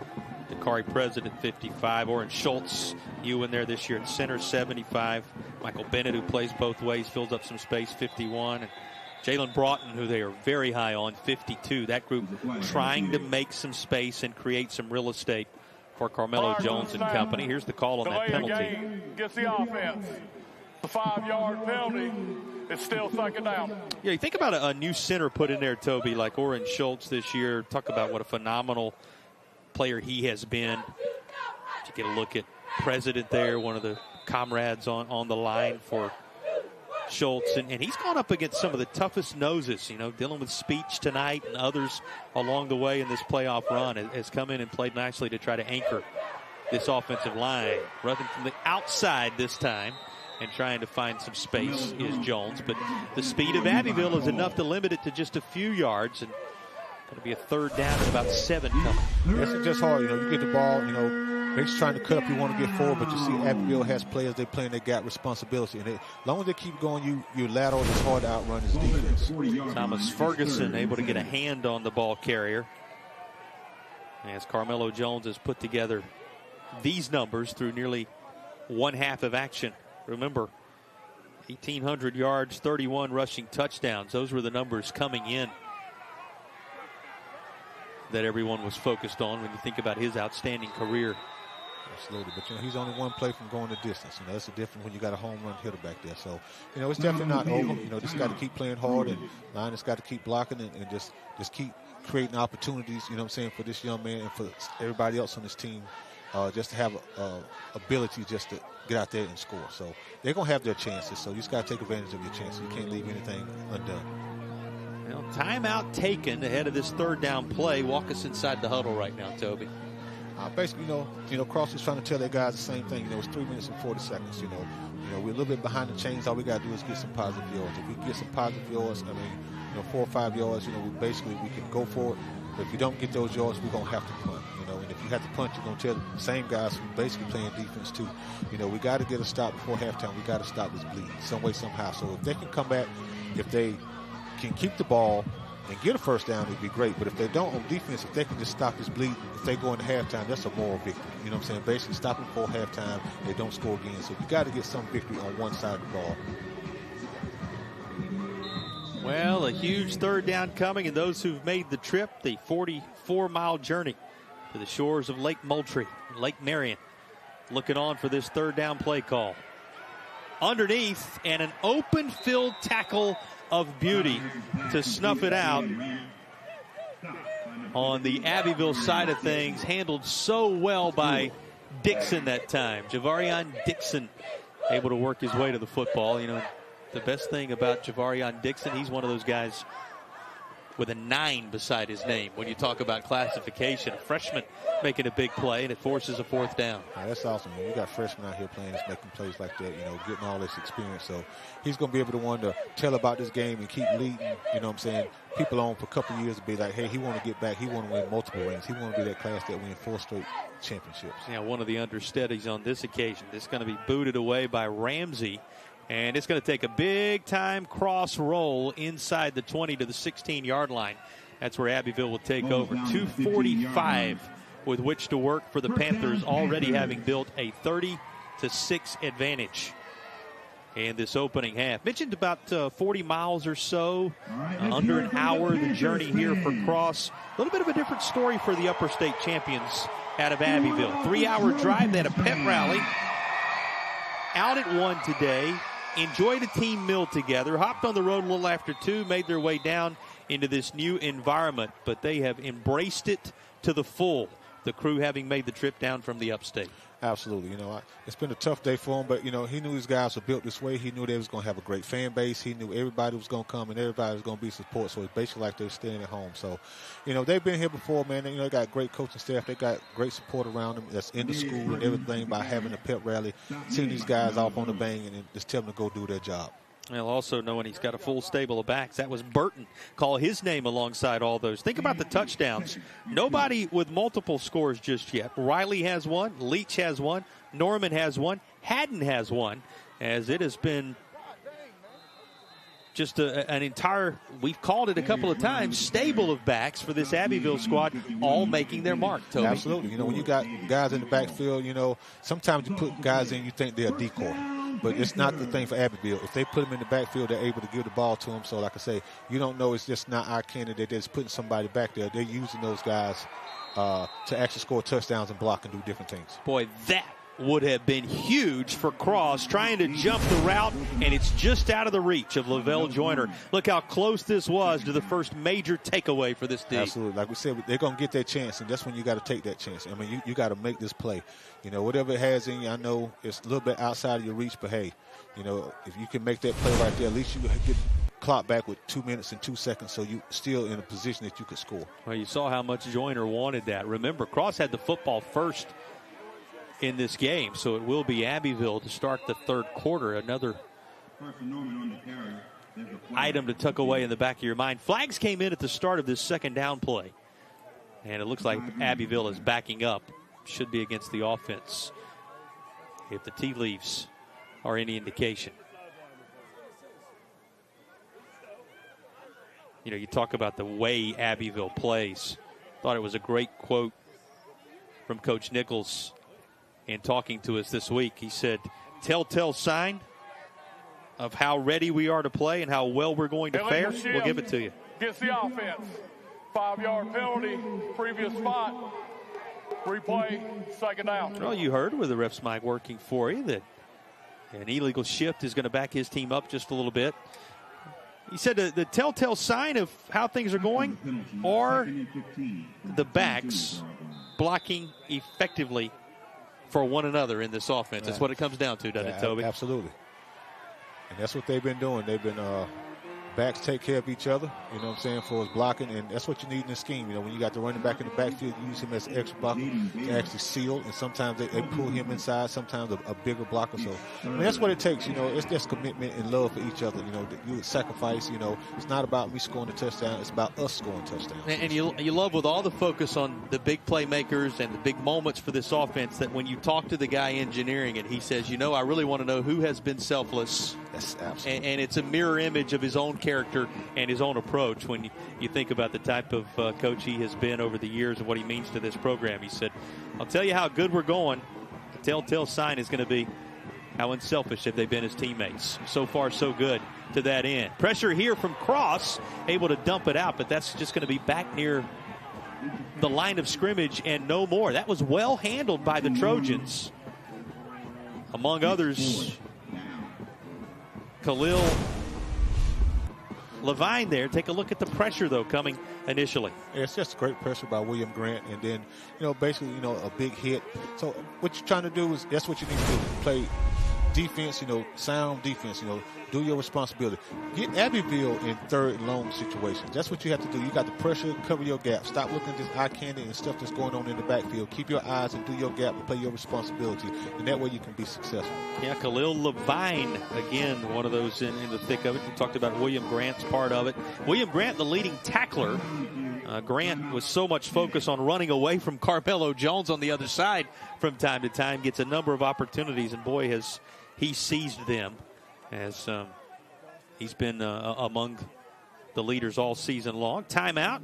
Here's David Wigfall, another of those on this cross defense ahead of the fourth down play, and it comes with 55 seconds remaining in the opening half. So you called for the football back, Toby. Here it is, and yes, it's going to require a quick strike capability, but Cross is going to have an opportunity, it would seem, at the end of the half. I think you got to take other shots at other receivers because they're getting the one-on-one matchups, But probably now Abbeville going to be smart, and they're going to put, two on both sides. But they're definitely going to, cover Ramsey on that side. They're definitely going to double him and maybe even cheat over top because they've shown they're going to throw the ball to, basically him. So maybe a screen to the running back, to Jones or somebody else, get him going one way and throw it back to him. But I like to see him take a shot at another receiver. They got other receivers that's capable, to catch balls and make plays. So give those guys a chance also. Yeah, Preston Fuller, name we haven't talked that much about in this one thus far. Caden Ramsey you talked about. So weapons are there. We'll see who will be utilized for Cross as they will start on the Abbeville side of the 50. 47 ticks separating us from the half and about the same amount of yardage separating Cross from the end zone. I talked about what a great job Wright has done and what he's meant. This team, 2012 state champion, seeking the second one all time. Talks about how it's all about the journey. His team trying to go on a quick journey here at the end of the half. Said these state championship environments are where the work you put in from January to July pays off. His team having it pay off to the tune of a tremendous run through the lower state, but looking to battle back in the championship environment now. First down from midfield, or just on the Abbeville side of it, is going to be an incomplete pass near side. Only 3 seconds off the clock, and that was a little low for Ramsey to grab out of the sky. Looks like some type of discomfort bothering Tyler Harris there, Toby. Yeah, it does. Probably one of the tackles early, or maybe not throwing the ball as much. So he may just have some tightness. Hopefully he can just work that out and go in, and hopefully he can make a good play. Fairly chilly night here in Orangeburg. Haven't really documented that for you or talked a great deal about it, but 40-degree evening here in the depths of the month of December. No trouble tossing this one straight over the top. It is Ramsey, and he will take it in for the touchdown. There is that quick strike capability, and just like that, the Trojans are alive and well. I mean, absolutely. Like I said, when you got a guy like Ramsey out there, it's great that you can throw the ball up to him. He showed his speed, too. I mean, he just basically ran past it. He just put a lot of air upon it, and he just ran past him. He just got to think he's going to have safety help release. It's just hard to put him on the ground. I mean, he's just a big, strong, physical guy. A little bit of dink from Harris maybe there. Nothing wrong with that arm whatsoever. He knows exactly where to place this, and it is right in Ramsey's breadbasket. How about this brother combination, what they mean to one another and what they mean to Cross High School. The crew having made the trip upward to Orangeburg. Seeing the total on the scoreboard work its way upward after the Ramsey TD. Going for two, try to maximize this touch of the football, and this is going to be stopped just shy of the goal line, it would seem. Did get Preston Fuller involved there on the two-point try, but it looks as if Abbeville was able to stop it. It'll hold steady at 30-12. But Cross with the answer they had to have to provide a spark going into the intermission. Absolutely. That's what they needed. We talked about that. It started with, the punt didn't go as far, so they put them on that side, in their own territory. So they was able to move the ball and just create big plays and do some things, run some spread offenses and just set things up. Try to run the screen, on one time and come back and steal a bomb and just put it in your playmaker's hand and they make plays. Well, the question, could they score in 47 seconds? They ended up doing it in about 12. So, 35 seconds still on the clock. Who knows what Cross can do, taking the final stages of this second quarter for a spin. We remind you, stick around after this Low Country Crawl Spaces kickoff and the balance of this second period, because halftime show is right around the corner. You don't want to miss any of the activities that will be a part of the Coastal Wound Care halftime report. Here's a return for Abbeville, brought out by Norman again, and he's up near the 40-yard line. 30 seconds, half a minute even for Abbeville to work as they lead it. Second total on the clock, matching the point total for the Panthers thus far. If you had to kind of reflect upon the first half for Abbeville offensively, what are your takeaways, Toby? I just think they're doing a great job. They run the ball with jet sweeps. They get you going outside, both sides, and then they run the power game off of it. Then they faking, the counter one way, and they run quarterback power back the other way. They got GT pull. So I've seen a lot of different things in the blocking schemes up front with Abbeville that's pretty awesome. They're running stretch plays where they're running zone down the line so the back can cut back. So they're doing a lot of things offensively that I'm really impressed with. What you're telling me, Gilcade mixing it up very nicely. Another of the 3-decade-plus guys on this staff. Of course, you get plenty of credit, and he does certainly. And the head man, Coach Nichols, to Gilcade, as well as the offensive line coach. So many of those who are making their mark. We'll introduce you to some of the key surrounding cast members on both of these coaching staffs. See a lot more of these outstanding players as an entire half of football remains in the Class A title game. But so far, so good in Abbeville's pursuit of a 13th title. They lead it 30-12 at the intermission. Yes, like I say, it's going way back to go in halftime, regroup, especially across, with 27 players, it's kind of hard. So they need to hydrate and get the game plan together and come back and prove, hey, we just scored real deal. We can come back and play some great defense. We can score again. Well, it's going to be interesting to hear the thoughts of Coach James Nichols and what his takeaways are from what has been a successful first half. He's now standing by with Jack. Take it away, Jack. Appreciate you guys. Coach Nichols, he gave up the 6 early, but you guys going a 30-0 run. How are the boys feeling as you head in the locker room? Well, we're okay. Poor job by Abbeville's head coach, who happens to be me, right there before the half. We probably got a little greedy right there. Probably should have just tried to get to halftime, but give Cross a lot of credit. Their kids play hard, and this is going to be a tough second half. 2 quarters left to go as you get ready to take the field in the second half. What will that message be to your boys? Well, just, fundamentals, keep playing. You got 24 minutes, let's play it like it's your last. Coach Nichols, legend of the game. Appreciate your time, sir. Send it back upstairs to you guys. Well, he knows how much football's left. Been in a lot of these battles over the years, but has to be pleased with the different backs and their involvement in this first half. A touchdown for Leach, a touchdown for Riley, a touchdown for Norman and Haddon, and a big lead for Abbeville at the break. I'm Dr. Timothy Gregory with Coastal Wound Care. Are you living with a diabetic or chronic wound? A wound that won't heal can lead to serious problems, even amputation. At Coastal Wound Care, we provide the most up-to-date treatments, including negative pressure, compression therapies, and skin substitutes. Call Coastal Wound Care now and start healing. At Palmetto Pride, we know we have a choice. The choice for a cleaner South Carolina. And it's the easy one at that. Don't litter. No grand gestures or heroic efforts here, but the outcome still has monumental impacts. When it comes to our state, every choice counts and every action matters.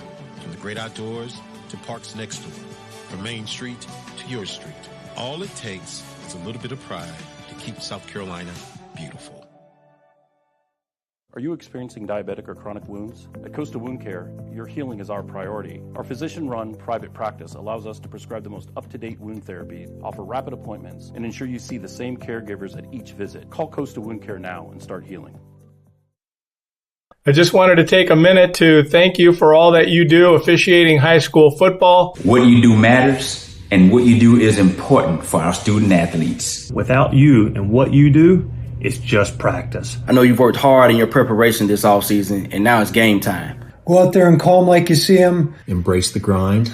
And the biggest thing of all is to have fun. Please, stay safe, have a great season, and we'll all be watching.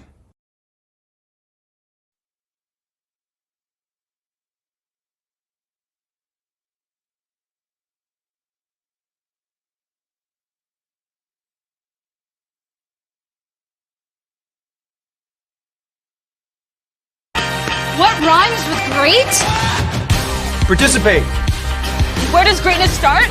Here, in the classroom. On the stage. In the pool. On the field. Where will your greatness take you? To better grades. To more friends. Yeah! Be great. Participate!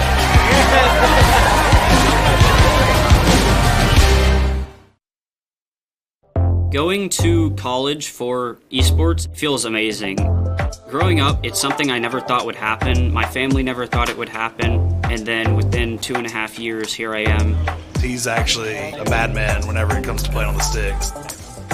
You know, he's going to be the first one that pursues. You're watching the Coastal Wound Care Halftime Report. Heal faster with Coastal Wound Care.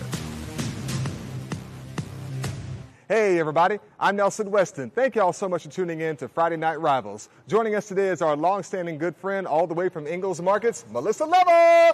Good to see you, my friend. Your football friend. It's football friend indeed. Now, Melissa, speaking of football, I want to transition from football to the classroom because you and I both know y'all have a famous program called Tools for Schools. And for those who are unfamiliar, how exactly does it operate on one hand, but on the other hand, more importantly, how do the good folks at home go about supporting it and getting involved today? Oh, Nelson, it's really a wonderful program because it's geared toward the school and the needs that they have that sometimes, lots of times, teachers will actually end up buying out of their own pocket. Indeed. You have an Ingalls Advantage card and a list of schools who participate in the Ingalls Tools for School program.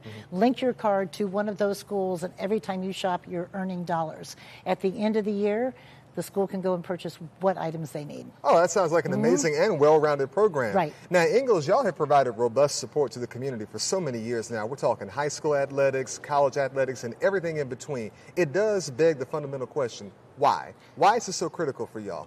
Well, it's not just sports, but it's also educational programs. But we're the home team. Ingalls is your hometown grocery market. So you are also supporting our home teams. Of course. It's really important for us to be a part of that community. We love being part of that, and we're blessed to be able to do that. Lots of those students work at our stores or graduated from those schools. We see these people in church. We see these people at work. This is a really big deal for us. Might be a big company to look at us from the outside in, but we like being beacons in our own communities. Y'all are beacons indeed. All outstanding work. Now, Melissa, very quickly, you and I both know no great game is complete without delicious, mouth-watering good food. What are some of the most popular items on y'all's menu? Oh, my goodness. You have to start off with a wonderful boar's head sub. Just absolutely good with all the trimmings. Great fried chicken. All the sides you could possibly want. A wonderful salad bar, a wing bar, olive bar. I mean, I don't know if I could decide. I just have to go get a big old wheelbarrow and take it all there. Plus all the things you need, like chips and drinks and paper plates. One-stop shopping place for all your tailgating. All fantastic work indeed. Well, Melissa, thank you so much for your time here today. Thank you, Nelson. All right. We'll be back in just a moment. Christmas. Hurry, they're going to be up soon. When families and communities come together in the spirit of peace on earth and goodwill towards men. Operation Silent Night and Still on the Fence. Okay, we're ready. At Ingalls, we know that Christmas isn't just a holiday. It's a feeling to embrace all year long. Ingalls, your neighbor for over 50 years. I am glad I'm here because it's really helping me. I have a lot of things I want to do. I like being in charge of others. My confidence really built up since I've been here. This place has shown me, like, it's not good to run from your education. It's a really great place. You got people here that are willing to help you. It's something that's going to get you through every day. It's just something you have to have. And they're making it possible for me because if I wasn't here, I would not be in high school. What rhymes with great? Participate. Where does greatness start? Here, in the classroom. On the stage. In the pool. On the field. Where will your greatness take you? To better grades. To more friends. Yeah! Be great. Participate!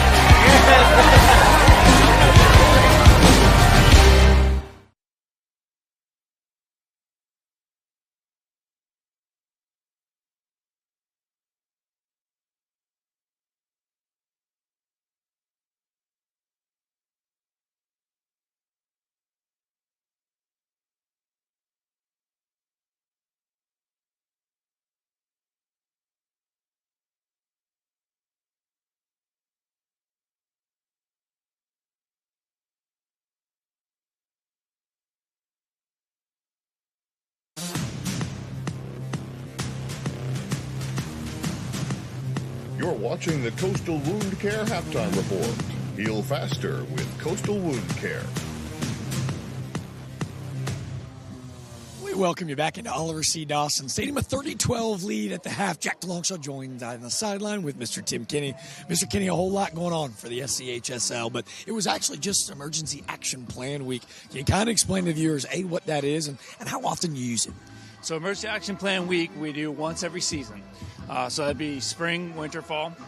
That we do for all our sports. So what we want them to do is to practice their emergency action plan, just what it kind of says. To develop an emergency action plan, we want them to practice it at least once before they use it, in case there's an emergency. So we don't want the first time that they use it to be during an emergency. Love that. Now, here's the deal. It's a little bit cold outside. Let's get gritty. Let's talk a little wrestling season. You've got some really exciting plans coming up in the 24-25 season. Yeah, so this is a great year for wrestling. We're actually moving our individuals to Florence this year for the first time for Florence Civic Center. It's our individual wrestling tournament. That's very, very exciting. You know, we're coming from Anderson the last few years, for quite a while actually, doubling the tournament this year, doubling the size. Something kind of really exciting this year too. We're really pushing this girls wrestling, female wrestling. Really pushing the duels. We got more girls teams than ever in the state of South Carolina. So we're really excited about girls wrestling this year. Incredible initiatives going on in the entire Palmetto State, and just like an incredible night, Abbeville Panthers, they lead 30-12 as the halftime report rolls on.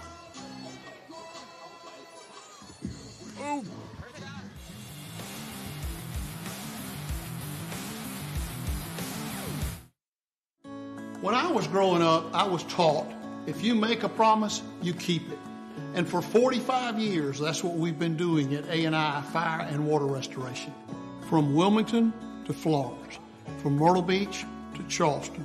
When disaster has struck, we've made promises to tens of thousands of families to turn their houses to homes again. We take pride in keeping our promises. It's what we do. It's who we are. A&I Fire and Water Restoration.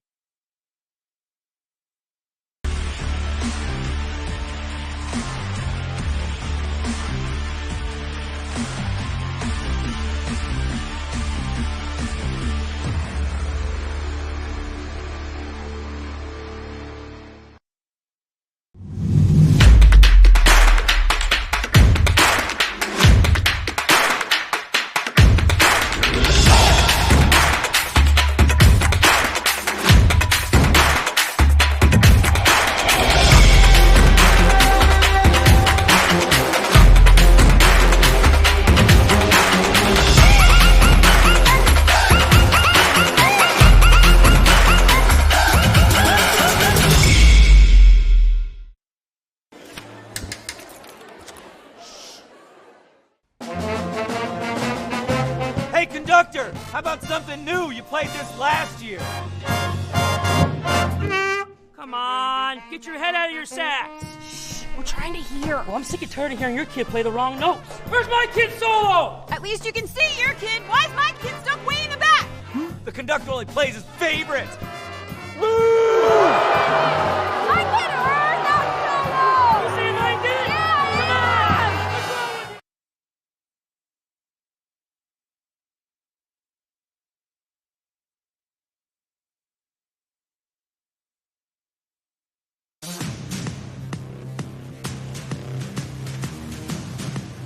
You're watching the Coastal Wound Care Halftime Report. Heal faster with Coastal Wound Care. Well, halftime in Orangeburg, Abbeville in pursuit of a latest state championship. The 12-time champs looking solid with that ground attack in the first half. All the touchdowns coming on the ground, so much more than that. You look at the way this defense has played, it really has been a solid all-around effort for Abbeville, Toby. Yes, this has a great defense. They got guys that's pursuing to the football, and that's what they do. As long as you get hats to the football, you got a chance to win. Well, Cross doing some positive things toward the end of the half, but it's an uphill climb for a team that certainly has a defense to create opportunities for itself.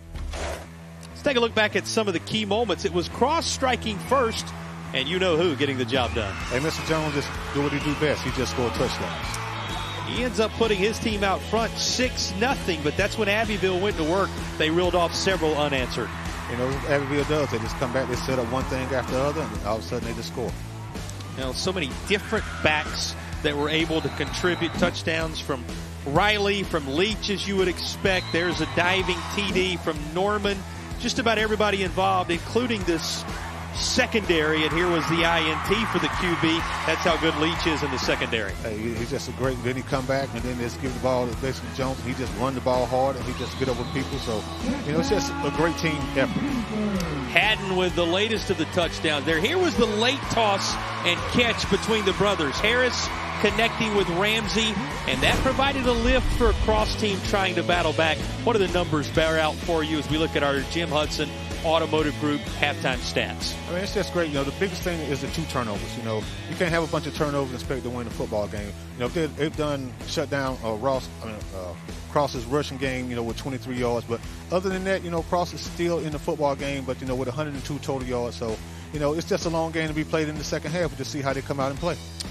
Hudson Automotive, experience it once. You will never forget it. Sponsors of our halftime stats. Those are the sights and sounds as well as the numbers you need to know to get ready for the second half, which is right around the corner in the Class A title game.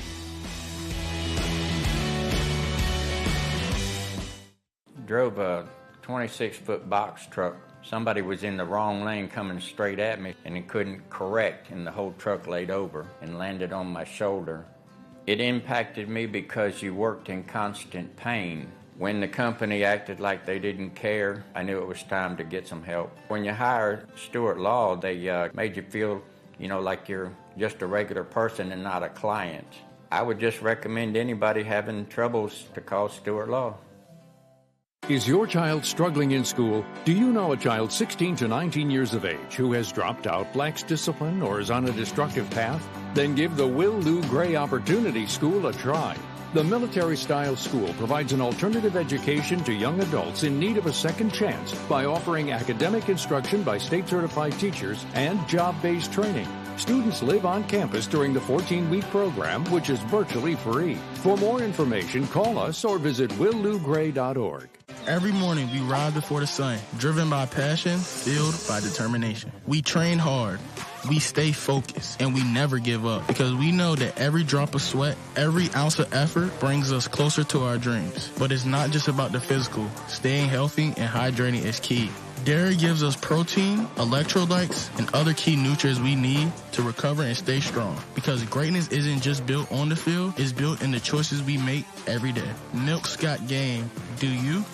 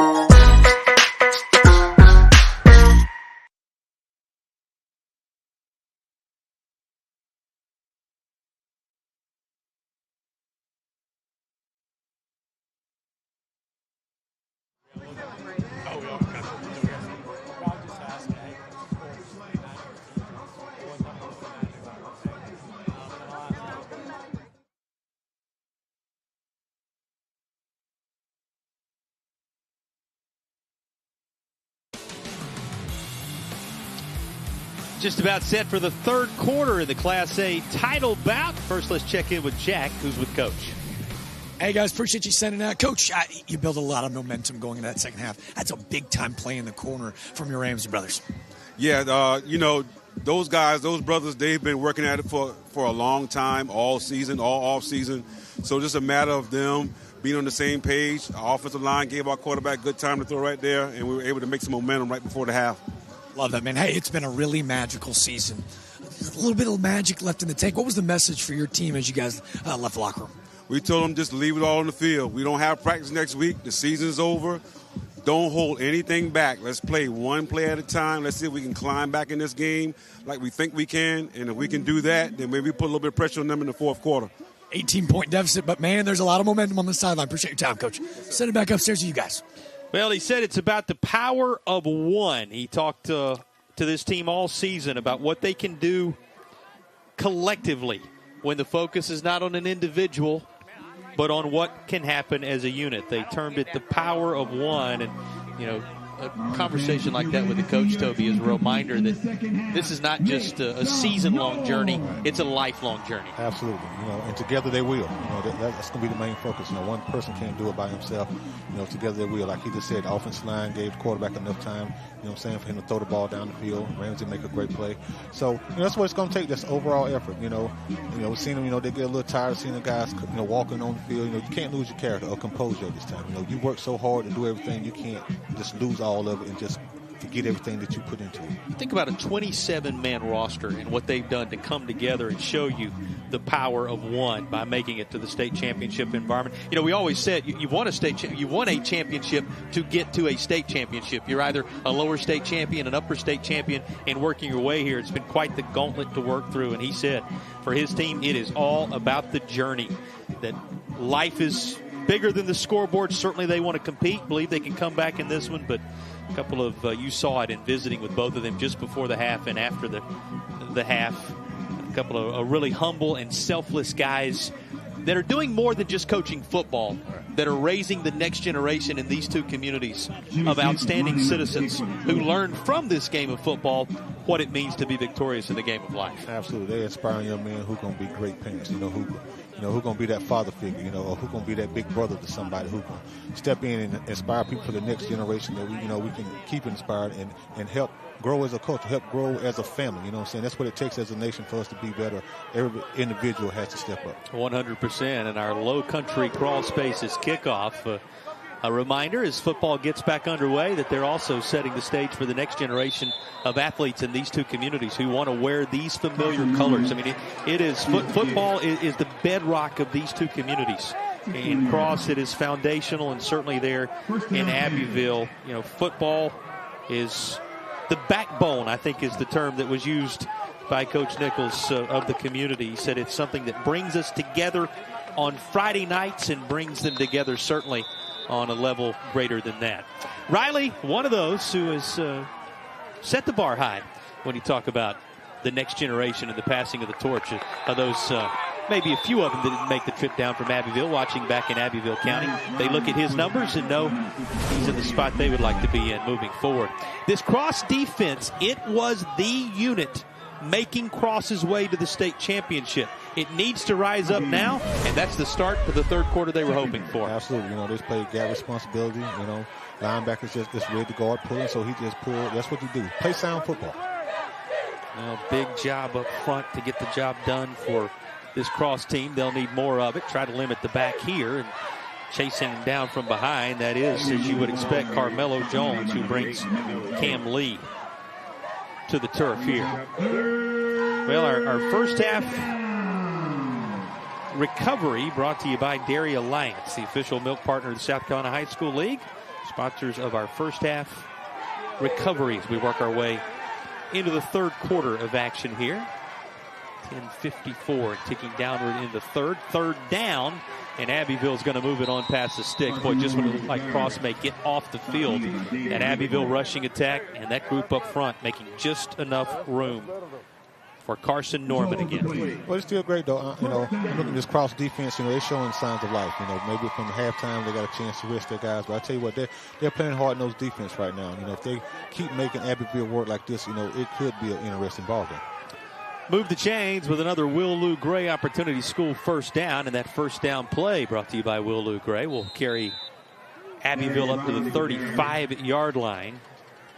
Well, the goal is to gather up on the square. That's what happens in Abbeville. Now, Coach said if they can finish this thing off and they're fortunate enough to win a state championship this time around for number 13, he said it'll be a little different on Thursday night. We'll have to see how that works. It's usually a Friday or a Saturday that they've historically brought those titles back, but they are looking to celebrate on the square if they can finish what they started in this second half. Long way to go, but with wheels like this, you have to like the chances for DeMarcus Leach and company. He's got another Will Lou Gray first down up near the 40-yard line. Yeah, it's just a great run, but Kyle Green made a great tackle. A great open field tackle versus Leach. It's hard to do, but he tried to sell it inside, but he just comes off the block and squares him up and makes 4 on 4. Number 4 tackle. So it's just a great job on both those men, Paul, but that's a great job from sophomore. Yeah, the 10th grader absolutely making it limited in its nature, even if it did move the chains. Staying right there on that left hash. And lunging forward is Riley. Darius Riley good for a handful there. Abbeville, as you know by now, and we'll document it a little further as we get deeper into the night. Chasing number 13, 12 of them most recently in 2022 at Benedict, looking to grab their first one here at South Carolina State. A perennial power in South Carolina, carrying the lead into the third quarter. Well, that's a big lick from Caden Ramsey, who you've seen offensively tonight, making his mark on the defensive side. You know, and Caden Ramsey, a pretty impressive defender as well, Toby. You watch him come up here and make the stop and force a third down. He makes hay on this side of the ball also. Absolutely. That's what you want. You know, you want the guy to string it to the sideline, and when the running back tries to come back through the hole, you know, you want the pursuit to be coming to the football. You know, as long as you're not tired and bringing the pursuit, you can make plays like that. Third down, staying on the ground with it, keeping himself as leech, and he's into cross territory with another Will Lou Gray first down at the 45-yard line. Move the chains, and the drive continues for Abbeville. Just sustained drive after sustained drive after sustained drive for the Panthers. Yeah, that's the key. You know, they get you going, like I said again, a jet sweep to the left, a jet sweep to the right, and they come back, and then that quarterback power is, you know, it's just difficult to stop.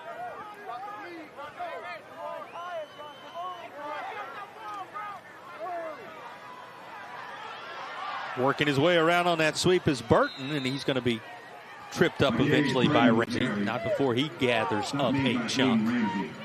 And that's the type of first down you'll take throughout the night. Another glance at this. Absolutely, that's what they're doing. You know, they jet sweep left, they jet sweep right, then they come back. You know, it's going to be quarterback power, or they're going to give it to the jet sweep guy, and he's going to run inside power. You know what I'm saying, on the other side. So, you know, they're doing a great job of mixing up things, you know, and keep you guessing. So, you know, Abbeville has done a great job.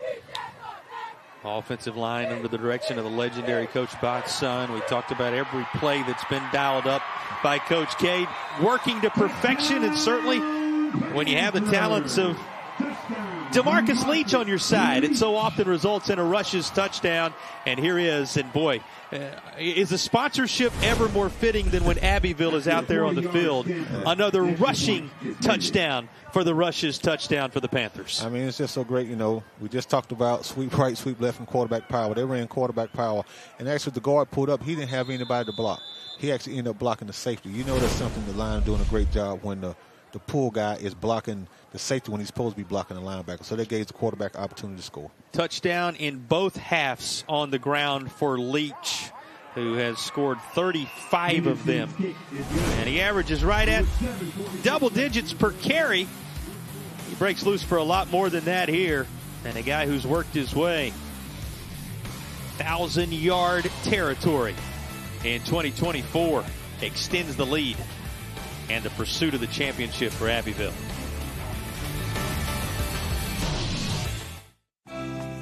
Dual enrollment's like a double scoop with a cherry on top. High school credits for me, college credits for me, and no stressing about costs for Dad. We hear you.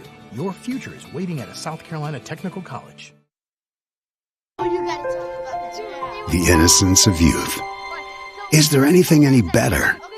But soon they'll be in high school and facing all the same challenges you faced. How to make friends, how to fit in, how to be cool. We want our children to have everything they'll need to live fulfilling and productive lives.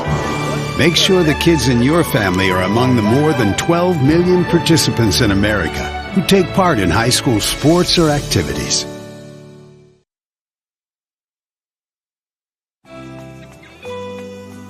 Senior year's all fun and games for them, but not for me. With dual enrollment, I'm going to get a jump start on college and save time later. We hear you. Your future is waiting at a South Carolina technical college.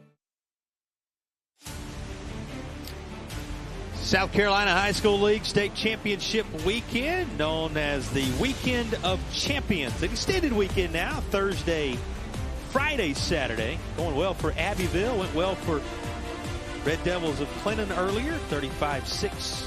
The championship secured there. Wading into it now, and each time one of these state championships teams winds toward a title, well, you're going to get your Stanley Law Group Player of the Game. Number of candidates for this one. It's coming up in the fourth quarter, the selection of our Stanley Law Group player of the game. Toby, it's going to be a tough decision in the truck when you talk in terms of who gets that one standalone statement. But so far, the only 2 touchdown contributor is just who you'd think, DeMarcus Leach, the QB. Here is the Low Country Crawl Spaces kickoff, going to be returned by Cross up across the 20 to the 23-yard line, and that's where Cross will take over. Yeah, Clinton dominant in the earlier game against Barnwell, 2 very worthy teams. And Abbeville running their total to 37 here with this 10-play, 83-yard drive capped off by Leach. I mean, it's just a great job to have, but, they're doing the same thing all day. They sweep right, sweep left, they're going to speed sweep you, and then they're going to quarterback power you, or they're going to get a ball to the A-back and run power back-to-back way. So, they're great at running power, and they're great at get you going laterally, then they're great at pulling up inside and blocking. So, they did a great job. But the biggest thing, they averaged 8.3 yards on that drive. 10 plays, 83 yards, so a little over 8 yards per. That's what Leach averages on each of his carries across the course of the year. You're thinking about a major sample size there. He's, as we said, joined by a number of backs that have scored touchdowns in this one. And the first to get a couple to his credit. All right, settling in here is Harris as he and his crew try to answer. Still 7.5 remaining in the third quarter, so there is plenty of football left. Just a matter of trying to get the ball rolling offensively since that first touchdown. It kind of bookended the half. Had the initial touchdown run by Jones and the late first half touchdown catch by Ramsey. Everything in between was Abbeville, and they've started the third quarter right where they left off. Have the Panthers. Here's some work to get in space. There's Green again. Now, Green, a guy you've talked a lot about defensively, but watch him when he's on offense, too. He's the fastest guy on the team. We got a player being tended to for Abbeville. You know who that is. That's Riley, who had the first touchdown of the night for the Panthers, and he's going to draw the attention of the training staff on the defensive side here. It looks like he's cramping up a little bit. Hopefully that's the only thing that's wrong with him. Rather have a cramp than, some type of knee injury or ankle injury or something like that. But it's like he's just cramping up. But, he's played hard, and that's the difference. We talk about that Ironman football. When you play a lot of plays and, you do a lot of stuff, you got to hydrate it at halftime and put all the fluids back into you. So, it's very hard when you're going on both sides of the ball and you're going hard on both sides of the ball. Yeah, that's what you're going to see in this Class A championship game when you talk about the pieces that are there and how often they have to be utilized. It looks like, and every indication is, you certainly hope that's the case, just trying to work out some cramping there. Fans enjoying themselves as they look on in the Class A title game. Tyler Harris and company with the football and getting set to face a third down. Well, we mentioned already a successful weekend for the Red Devils of Clinton. Much more action to come. Of course, tomorrow's doubleheader featuring the 5A, Division I, and 4A contests. And South Florence squad back against West Side again, knowing something about a state championship environment. Nobody knows more historically and recently in many ways in South Carolina than Dutch Fork and Somerville. Somerville, one of the classic old stories from South Carolina football, and that Dutch Fork dynasty, I guess we call it now, in terms of what they've done in the last decade or so under Coach Knotts. But that's a major collision between those two, and everything wraps up with those two games on Saturday. It's going to be an exciting weekend all the way around. Yes, it is.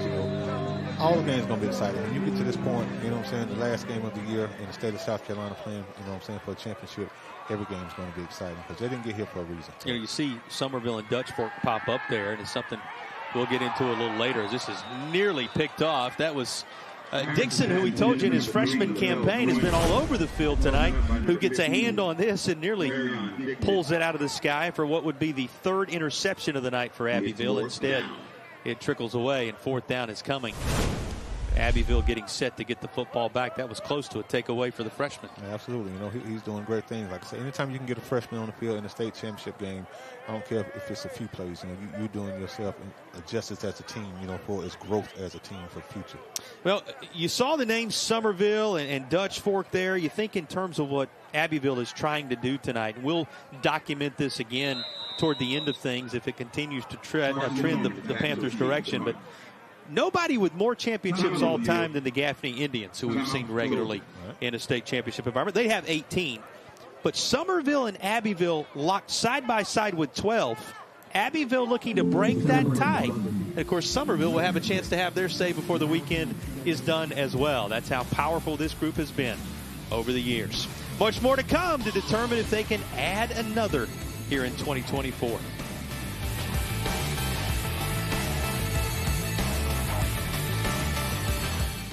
I am glad I'm here because it's really helping me. I have a lot of things I want to do. I like being in charge of others. My confidence has really built up this aviation. This place has showed me, like, it's not good to run from your education. It's a really great place. You got people here that are willing to help you. It's something that's going to get you through every day. It's just something you have to have. And they're making it possible for me, because if I wasn't here, I would not be in high school.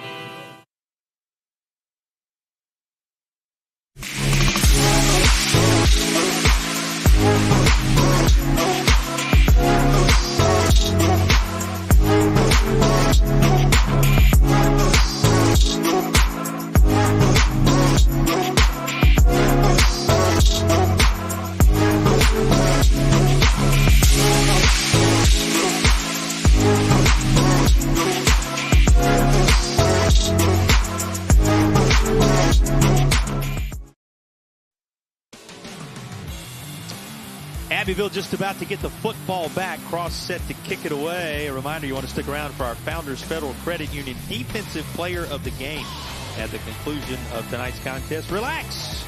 You're with Founders. That's Founders Federal Credit Union, sponsors of our Defensive Player of the Game. And this is one of those times you talk Ironman football, you could have a sweep when it comes to the offensive and defensive players of the game, particularly with the way certain individuals, we won't name names, have played so far in this one. There'll be time to name names in a bit with our Founders Federal Credit Union selection.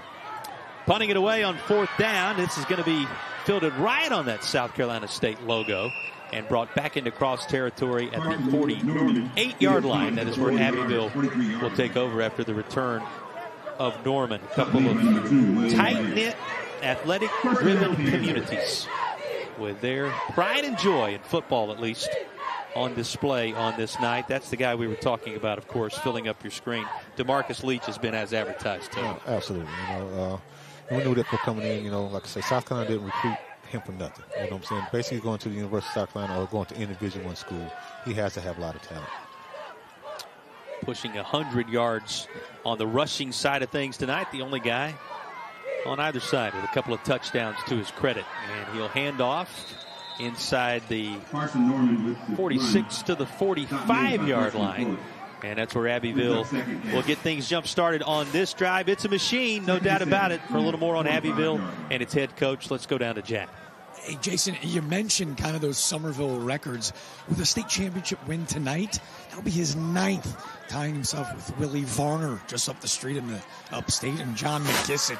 He's got a couple more to catch up with him. But for Jamie Nichols, oftentimes, how rare is it to have your name on the stadium that you're currently playing? And that usually comes in retirement. But early this August, with his family in the building, and the family of former head coach Botts, who is now officially named Botts Nichols Field. He said it was a dream come true. It meant the world to he and his family. And he has Coach Botts' son, as we mentioned, as a part of the staff. So the torch continues to be passed from one generation to the next there in Abbeville. And as they hand the football to 22 here, you're reminded of the story related to Jamie Nichols, that it started with 22 pennies.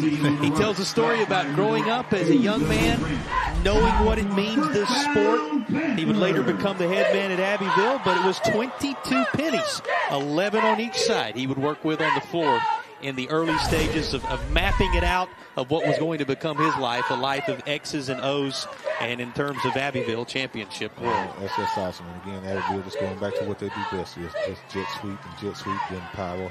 So, they're doing a great GT pool. So, they're just doing a great job of just executing their game plan. He's still moving those pennies around pretty nicely on a night like this, isn't he? He's having fun tonight, I can tell you that. 5:10 ticking downward to go in the third quarter, and Abbeville holding cross at arm's length with rushes just like this. Here is another dose of Carson Norman. Just keeps spinning right through there and refusing to go down. He makes it a second and very manageable. He's just a tough young man. I say he has a lot of yards rushing. His pass are low to the ground. He plays defense. He does it all. Well, the other thing you have to keep in mind related to Abbeville as they go to work one more time and put it in the end zone is it's been a long run this season. And the run is what you underscore. Another TD for Abbeville on the ground. A second for Haddon in the contest.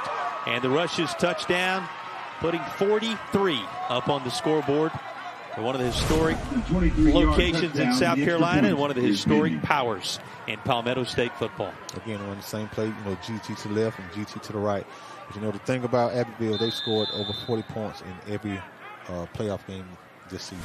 That's just remarkable. This is impressive because it comes against a team that, as we told you at the outset, had pitched 7 shutouts this year, had not allowed 100 points on the year in full.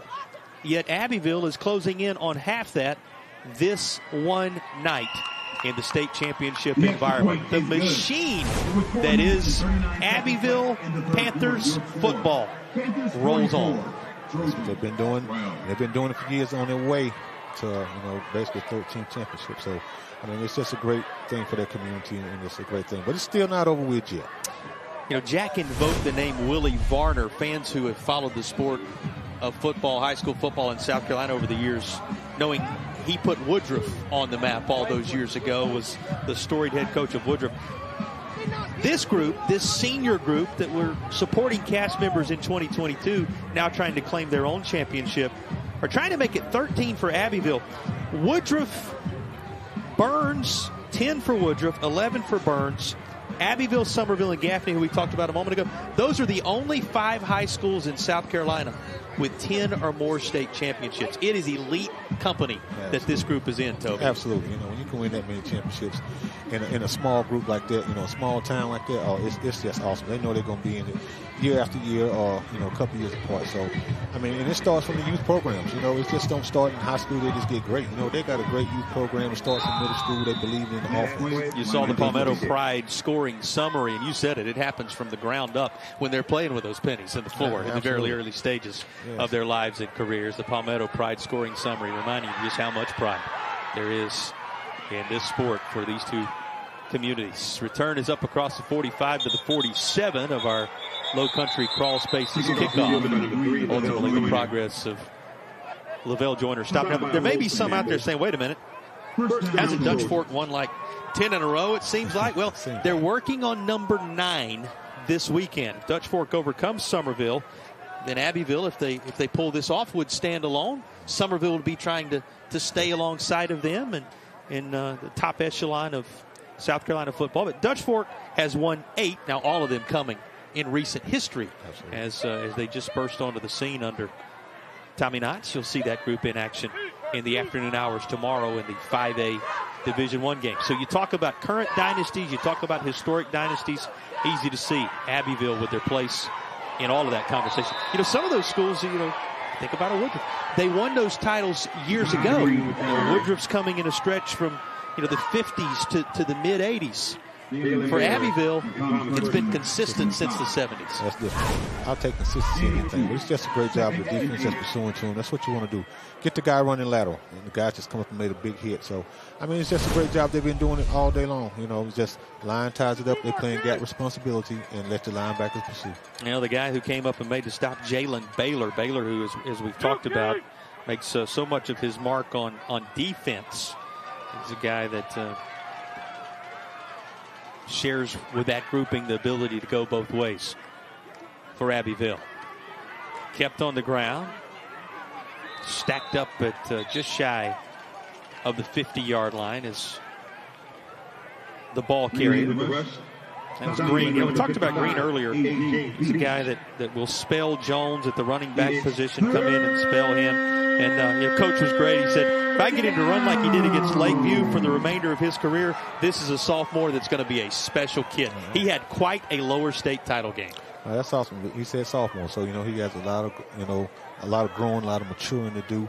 You can just see, he's a great ball player, and next year he may be able to take on a leadership role, a more responsible role. Doesn't have those numbers yet, but they tell you he's the fastest guy on the team. So keep an eye on jersey number 4 if you can. In open space, he can really move. Here's another toss over the middle, and it's a one-handed snag out of the sky, and the latest of the picks for Abbeville. This one going to be brought down by Jalen Baylor. We were just talking about his Iron Man approach to football, and he has the defensive moment to prove it. This was just a great pick. I think it's probably going to still be a turnover. It happened after. There is a flag down. You're right. It looks as if it's going to stay with Abbeville, and the pick will stand. But here's what they sort out on the backside. Block in the back. Gets the return team. That's going to be a 10-yard penalty for the spot of the foul. It will be first down. So it does not negate the Jalen Baylor pick. Here's another look at it. It's just great. They had him bracket, one up top, one up under him. It's just a great pick, a one-handed pick. The block he basically didn't need. Right there, he just going to make a play and make a player miss. But it's just great hand-eye coordination, jumping up and getting the ball and just using his gifted skills to do what he needed to do. Well, the target was Fuller. And he saw Ramsey come all the way over, and he's there to help make the stop. That's one thing about having to switch over from an offensive to a defensive role on a turnover. These guys are used to it on both sides. Yeah, absolutely. And one thing that both coaches tell you, every coach tells you when you talk about keys to the game, turnovers, that's a battle Abbeville has won with flying colors thus far. Absolutely. That's why those numbers are big, and that's why they got 40-something points on the scoreboard.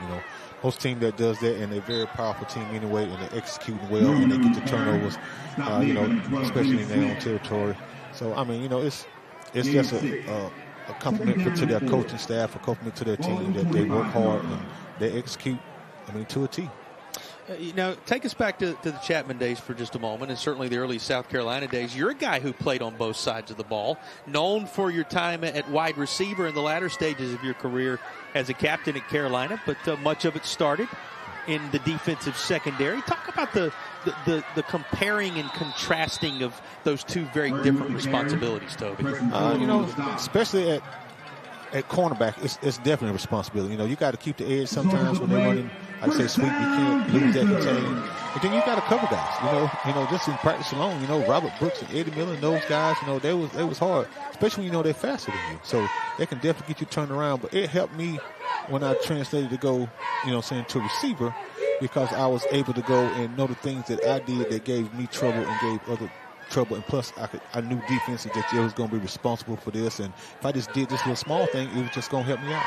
I ask you that to ask you this. A number of these players are going to be playing at the next level. We've talked about some that already have offers, some that have already made commitments. You see the impact still being made by some of those individuals up front. And here's a strong push for Cross to get Jacoby Jones in there, a freshman who still has plenty of time to make his mark in his career. For those on the field tonight who are going to play at the next level, what a luxury it is that they've had a chance in high school to play both ways. That's true, and that's great. And the good thing about for them, those guys, I went in as a quarterback, and I played quarterback until a couple of players got hurt, was one of the reason I went to playing defense. But in those cases, these guys, he's going to go in, he's not going to play quarterback. So he can start training and doing stuff. So that's the thing that he has on it. Now he's just putting the skill at one particular set to go back there and do what he needs to do. He can also do some damage to the skies as well, and he finds a wide open Jaden Baylor down the far side. And that is a Abbeville touchdown, the first of the night, not secured on the ground. This is Jaden Baylor. He was the quarterback at one time tonight. He's on the receiving end of a perfect toss from DeMarcus Leach. Like I say, as you can see, the coaches is not running up the score on anybody on any team.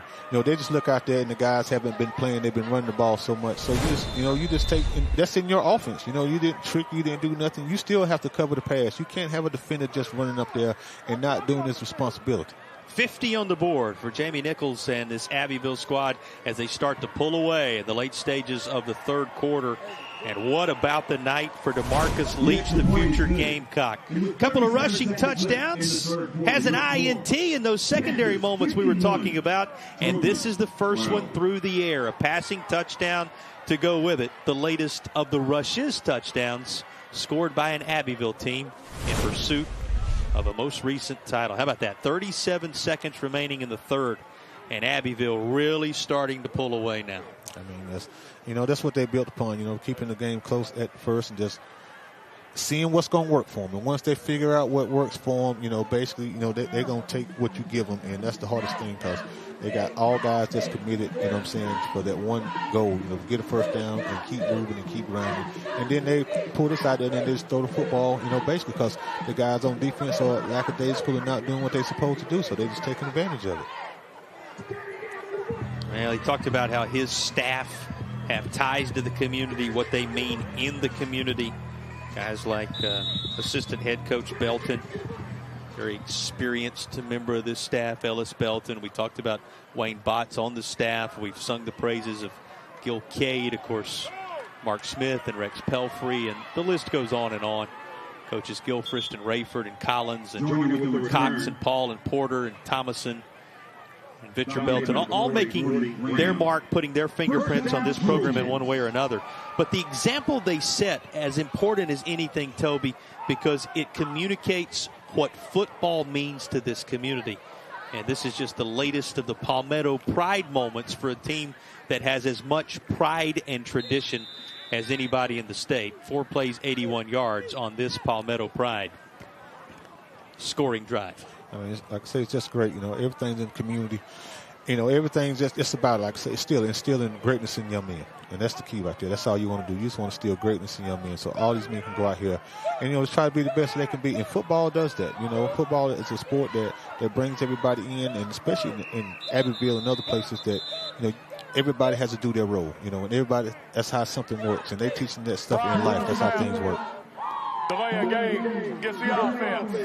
5-yard penalty, still first down. Well, and the administration getting so much praise, Principal Scott White, everybody involved in creating those type of environments. And both these coaches talked about it when we discussed it with them, that these are community involvement efforts that lay the groundwork for a state championship opportunity. Here's Cross to work, first down and 15 after the penalty with 27 seconds remaining in the third. What a season it's been for this group. They watch as flag flies here. And flags fly for this call. Dead ball, snap and fraction. Gets the offense. 5-yard penalty, remains first down. Well, he talked about how tremendous the staff that he was able to put together at Cross this year had been, and how many had made sacrifices to work their way back to being a part of what he's put together. Just the commitment level on display through these first 3 quarters of action. No fight lost by this Trojan squad. Here comes Cross into Abbeville territory. One of the bust loose runs of the night for Carmelo Jones and company. I say, just being patient. He just followed his block. The guy made a great block. They did basically TT, they pull, basically the H back, and he just has great vision and makes people miss, and just getting upfield and just keep plowing and keep moving, and say he has a lot of dog in him. He's not going to quit. He's an awesome young man. Well designed by this 5-man staff, as he termed it. He said, you talk about the power of one. He said, think about our coaching staff. There are 5 of us who have made it the power of one, from Coach Wisenut on the old line, Coach Hamilton, the latest from that family that many will know very well, coming over from Fort D, Coach Mahoney, who played with him at Charleston Southern, now a part of the staff.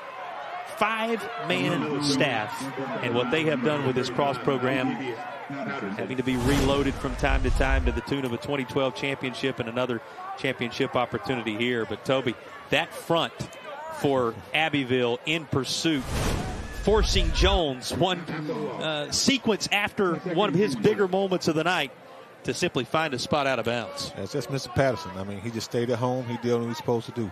You know, it's about gap control. And that's what he did. He just controlled his gap, and he just made him spit out, go to the outside, and then the pursuit came as they've been doing all day, and it's pushed him for a loss. How would you like to have 35 coming after you? Altavius Patterson there on the pursuit. Patterson, Gage Evans, Cole Driggers, A.J. Speech, they've been a force up front for Abbeville in this one. Second down and forever. This is about half the yardage needed on this connection. As Ferguson is involved in cross, making some noise as we cross over from the third to the fourth and final period of our Class A title game. Plenty of work on the ground. Abbeville showing its balance through 3 quarters as the crew from the upstate pursues its latest state crown.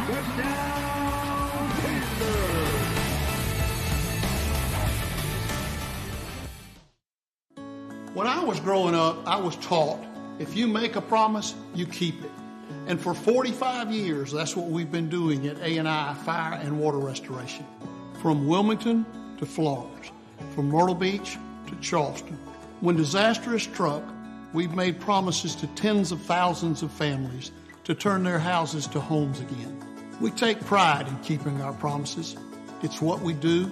It's who we are. A&I Fire and Water Restoration. We at the Stanley Law Group believe that we are the premier trucking accident law firm in South Carolina. We have the experience, the ability, the knowledge to pursue and to execute and to resolve these types of cases on behalf of our clients. I would recommend that you pick up the phone and you call us. At the Stanley Law Group, justice begins here.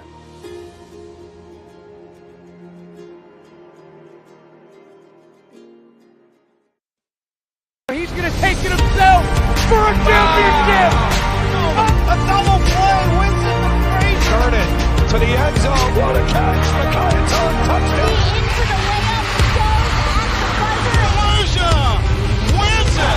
The championship.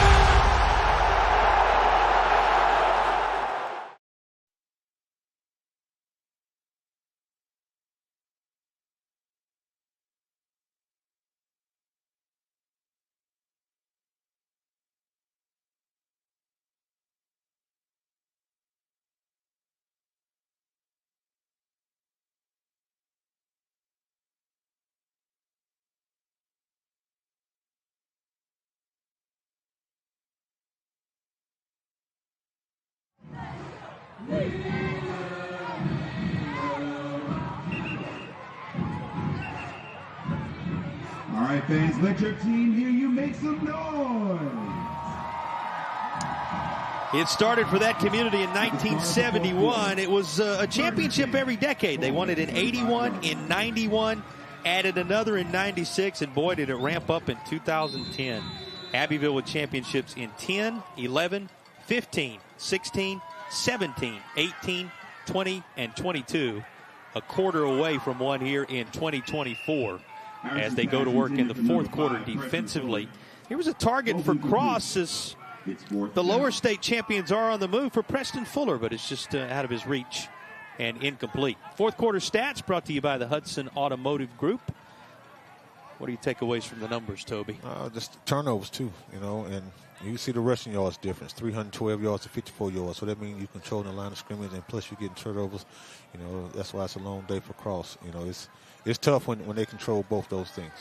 Yeah, 3 interceptions, the difference makers, and each time Abbeville was able to finish it all up with a touchdown. Most drives having ended that way for an Abbeville team having posted 51 through 3, and that was nearly a 4th pick. Instead, it is simply swatted down by Jalen Baylor. Jalen Baylor on one side of the football, Jaden Baylor, who had the catch on the other side of the football. Baylor family making their presence known on this Abbeville championship pursuit, and that will make sure that the Panthers take over on downs. That snuffs out the latest cross drive. That's the other thing you notice, a football community like Abbeville, so many of the surnames are familiar to you, right? Absolutely. You're used to hearing family member after family member continue to make their mark in the championship environment. And Abbeville 11:45 away, perhaps from celebrating another. Yeah, that's the thing about the communities, you know what I'm saying? a lot of those teams, you know, you got Gaffney's, they have the same familiar names. Payson, you know, Barnwells. A lot of people, you know, have those same familiar names because they grow up and they don't leave. That's that real community, that real family that's been there, you know what I'm saying, for generation after generations, you know, and just help prevail the whole community to make it a great community. And there's a certain amount of tradition and state pride that comes with it. You just can't put words on. We got a player being seen to, and that's Boughton. He's, you know, one of those key contributors, the 10th grader, on both lines, offensive and defensively. And it's the last thing you want to see in the early stages of a fourth quarter. These young men that have fought so hard. And, you know, we told you, Coach Wright talked about the journey and that the conditioning piece, the prep mentally, fundamentally, technique-wise, all the lifting and activity that is required in the summer and the off-season for these 27 men that have made it to a state championship. A tremendous commitment and still leaving it all out there on the field, Toby. Absolutely. You know, so they train so hard. You know, everybody know from down here, from upstate to Columbia, going to Torrance Choice, and it gets a little hotter down here, a little more humidity. You know what I'm saying? So, but you know, that's what helps them get to the state championship. That would make those 27 guys so special because, you know, they go through that type of training, and, you know, I mean, and it's really hot down this way. That's why they got Fort Jackson in Columbia. You know what I'm saying? So, but, you know, it's just great that this young man is getting up, you know what I'm saying, and able to basically walk and power himself to the sideline. Well, and they told you, to your point, about the power of one more one, and that is one day at a time. That has been the mantra of this team, one day at a time, one snap at a time.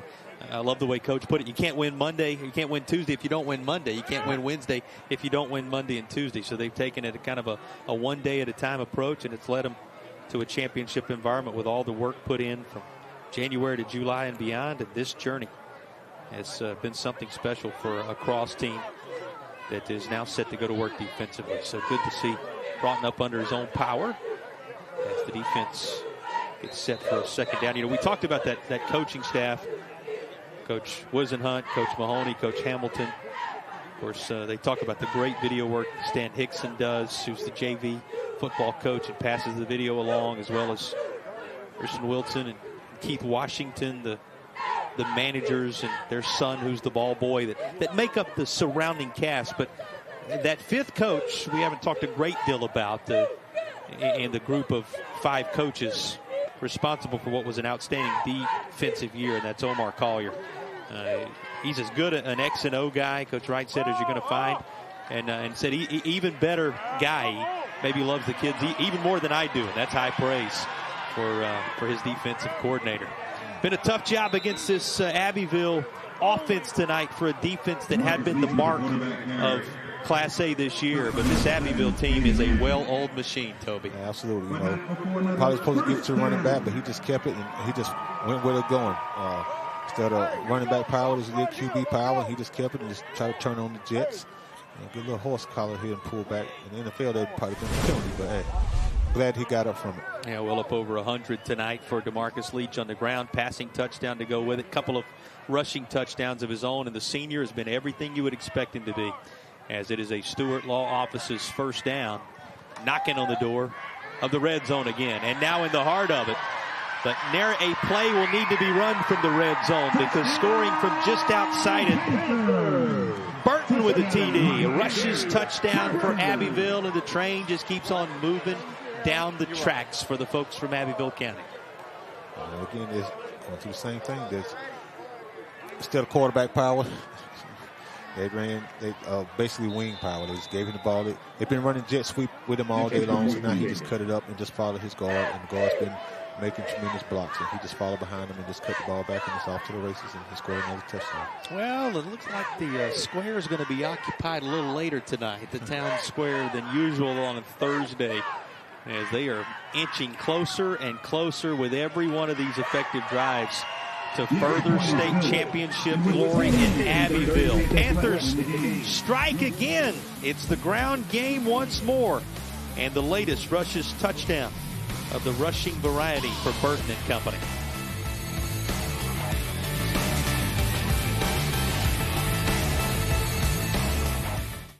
I'm Dr. Timothy Gregory with Coastal Wound Care.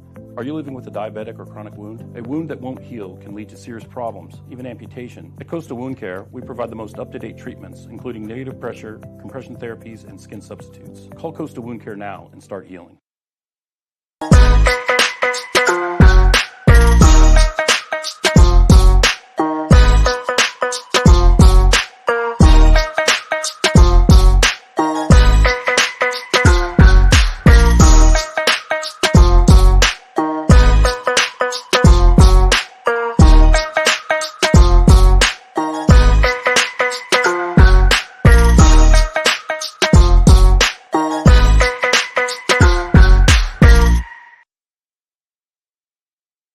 Are you experiencing diabetic or chronic wounds? At Coastal Wound Care, your healing is our priority. Our physician-run private practice allows us to prescribe the most up-to-date wound therapy, offer rapid appointments, and ensure you see the same caregivers at each visit. Call Coastal Wound Care now and start healing. Well, 58-12 having been posted for Abbeville, reminding you why they are one of the historic powers in the Palmetto State. Oliver C. Dawson Stadium, seeing this Panthers squad up and down the field as we get our low country crawl spaces kickoff, and the return going to be good up to the 45 or so. And that's where the next drive will start. Well, defense has been a big part of it tonight. We will have our selection of the Defensive Player of the Game brought to you by our friends at Founders Federal Credit Union. Relax, you're with Founders, sponsors of our Defensive Player of the Game, coming up a little bit later in this quarter. Now, we told you about the pursuit of 13 for Abbeville. Interesting story, just how many of them he has his fingerprints on. Involved in nearly all the championships in one way or another, as he just watched a 3-play, 65-yard drive to post 58 on the board for his squad. Yes, that's a remarkable piece of it, Toby. Coach Nichols, we talked about how for Nichols it started with the pennies, the 22 of them on the ground, even in the early stages of his life, figuring it all out. But he was a player on that 81 championship. He was an assistant on the 96 championship. And, of course, the ones since. He has been at the helm and now putting his name in the rare air. In about 9 minutes and change from now, we talked about the Varners and the McKissicks and all those legendary coaches in South Carolina. You know, one of the best parts of it, as humble, as enjoyable a guy as you'll ever spend time with, and more focused on what happens. And I'll say this about both of these coaches as we work our way into the depths of the fourth quarter here. More focused on what happens with these young men in their lives and their personal development than even all the rings and trophies that are a part of the trophy case. Absolutely. You know, their job, they felt, is to mentor student athletes, you know, encourage them to go out here and be productive citizens in this world. But when you won it as a player, and you've been there as an assistant, and now you find yourself sustaining success as the head man in a place you call home, it is living the dream for the Triple Crown gentlemen in Abbeville. Here's Cross, going to show further signs of life here in the fourth, and it comes from number 4. You know, we told you how special Green can be as a compliment to Carmelo Jones. Here's a reminder of just how special. Mekhi Green had quite a lower state championship game, and he now has a state championship moment to go with it. As Coach said, if he can continuing to do this young man has a bright future, and he's just showing, you know, as a sophomore, he has the jets to turn it on. He's the fastest on the team, and he's just showing his speed right here. Great blocking by the offensive line. I'll underscore what Toby just told you one more time. Watch the sophomore as he breaks loose and finds open real estate. They said he's the fastest guy on the team. Aren't you glad in this state championship environment we had a chance to see him turn on the afterburners? Absolutely. Hope, you know, they can come back next year for another team with him, but still you can see that actual burner that he has, and that's something that's special. That one thing you can't teach, you know what I'm saying, is speed. You either with it, you know, you can get a little bit faster, but when you have speed like he has, it's just natural speed and ability. Well, you know, we're just a decade or so removed from the celebration they had there in Cross at Spires Landing Park after their 2012 championship, the parade, and continuing to provide at least another state championship memory here for a team that has reached the hilltop in its history. The player they are tending to looks to be David Wigfall. And that's the reason no point after activity has started just yet. And Wigfall, who eats up some space on both sides of the line for the Trojans, helped to his feet.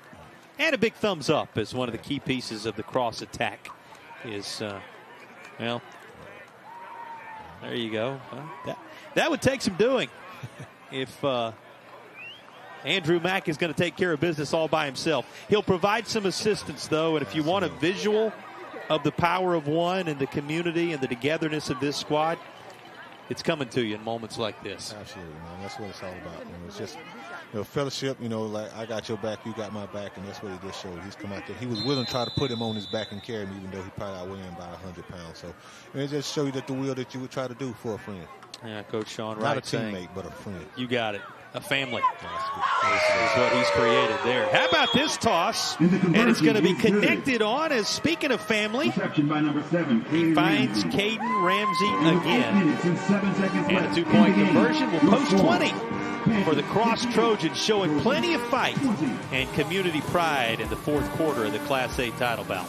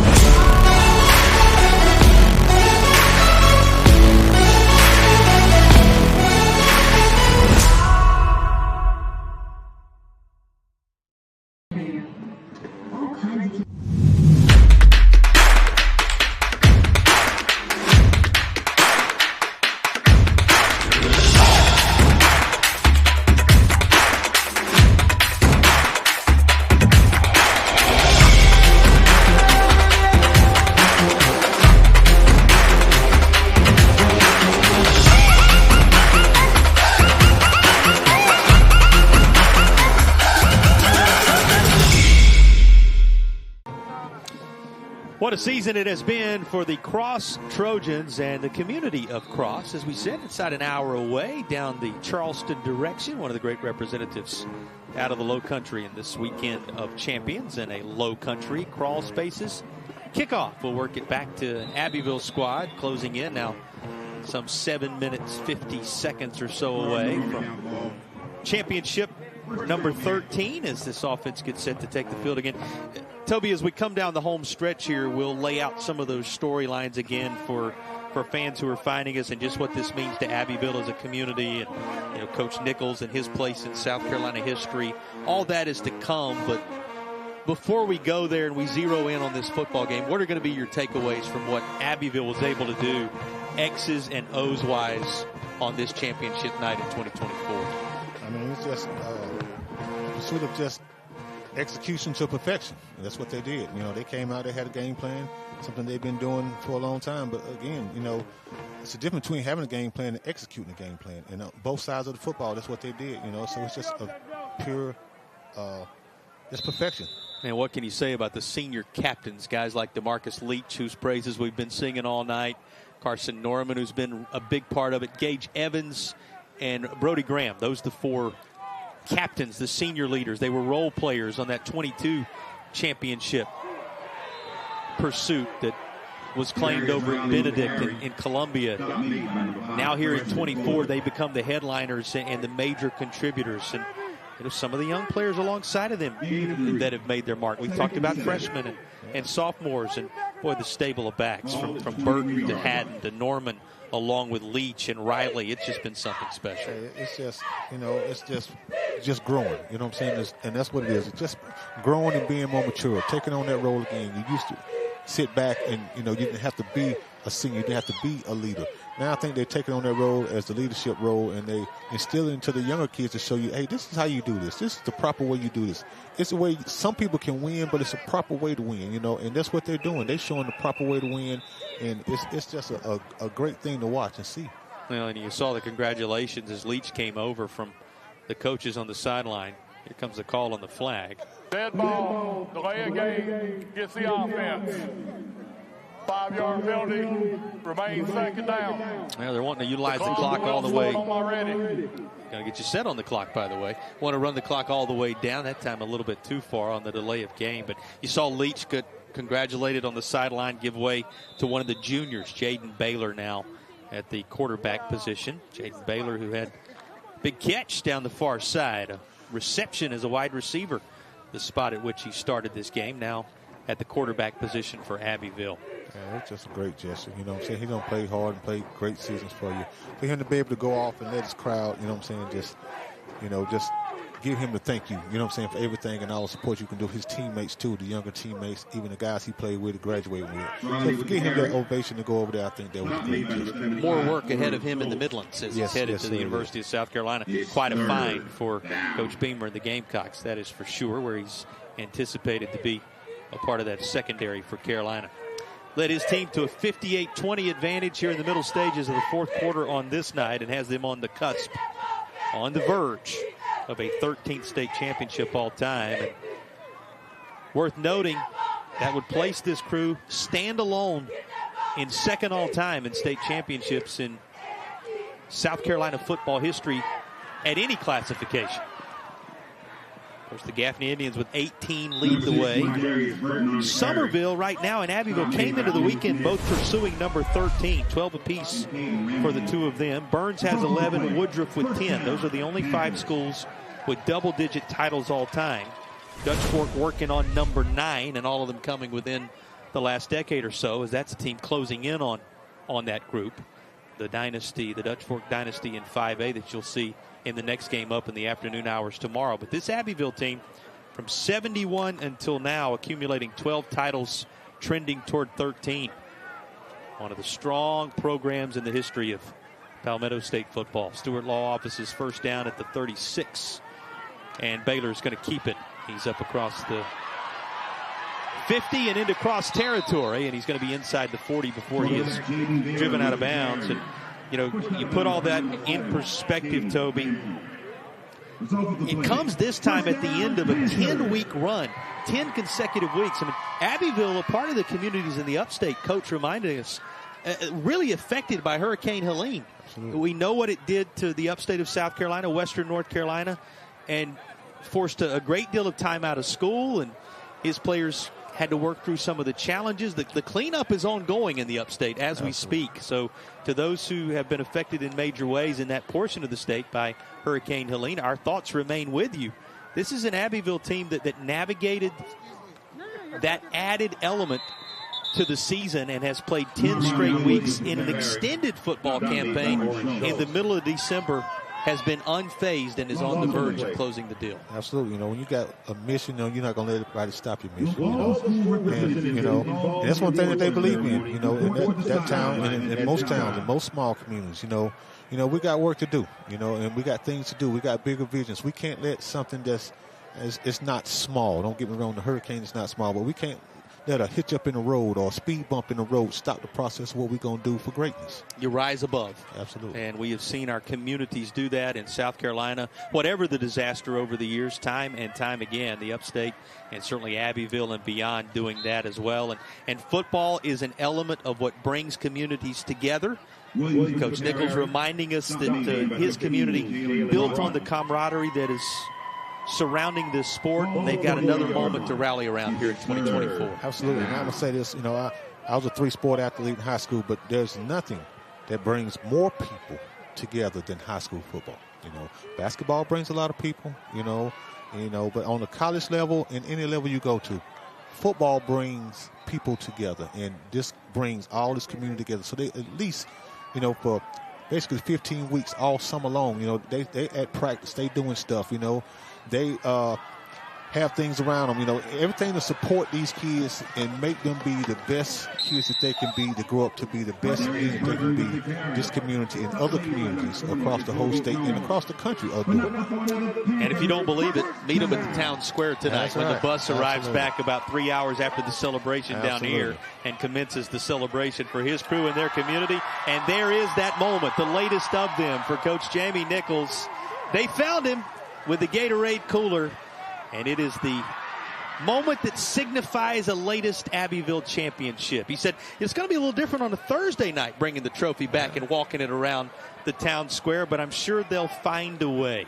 Absolutely. To celebrate with their community. I don't care what it is. Monday, Tuesday, Wednesday, or whatever the championship. Long as, it don't have to be long as the championship. As long as you're playing ball. You know what I'm saying? As long as you're doing something that you love to do, you're doing positive things. You're not out here doing all kinds of stuff. As long as you're able to play this game, because you're not going to be able to play it forever.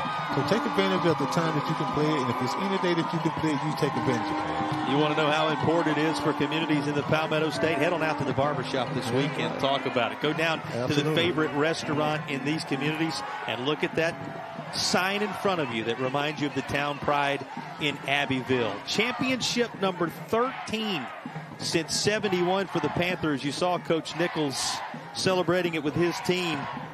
He mentioned he was on the 81 team. He was an assistant on the 96 team. And he now has his name along the likes of Willie Varner. We talked about John McKissick.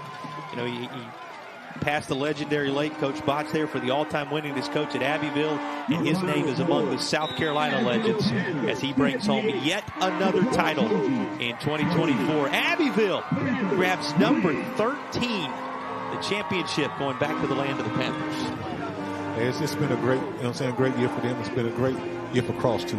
Like we always say, they are champions. It's not the state champion, but they are the lowest. They are a champion still. So that's one thing that they have to realize.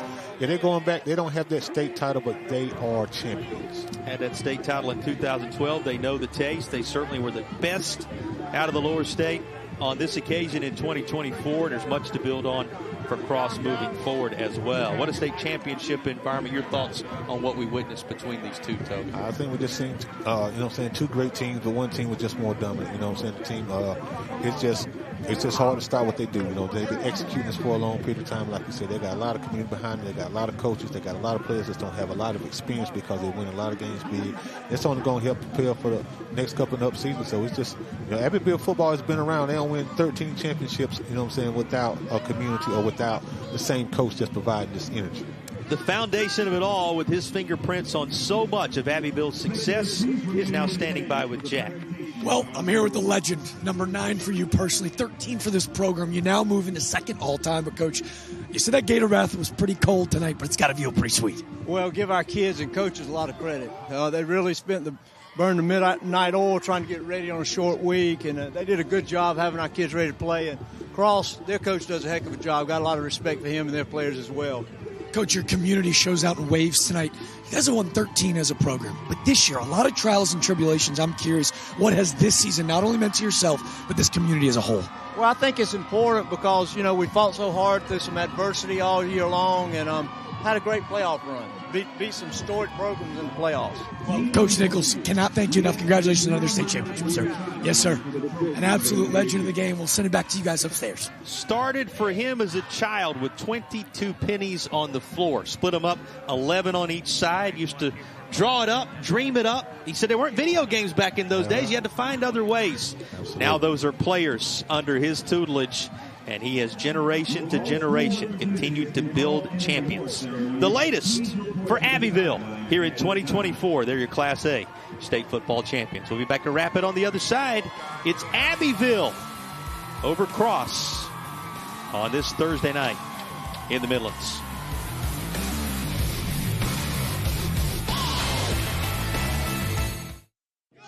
Healthy on the outside doesn't mean much if vaping has weakened you from the inside. Because the chemicals in vapes don't just leave you short of breath. They damage your lungs on a cellular level, leaving even the fittest among us weak and vulnerable to viruses. So what starts as a vapor's cough can easily turn into pneumonia or something worse.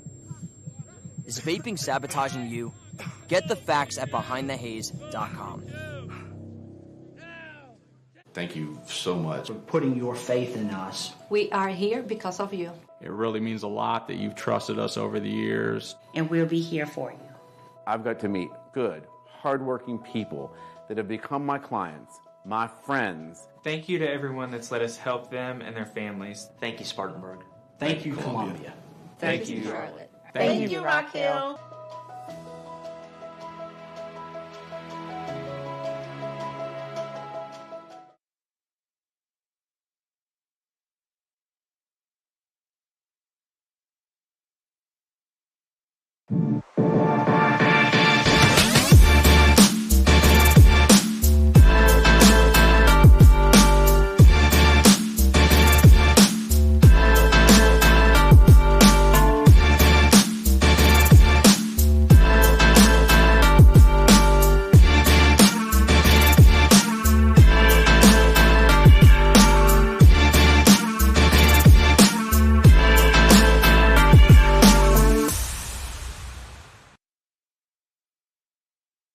The innocence of youth.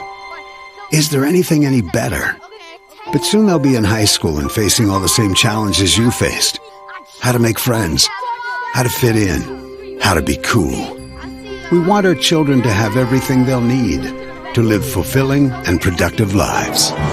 Make sure the kids in your family are among the more than 12 million participants in America who take part in high school sports or activities.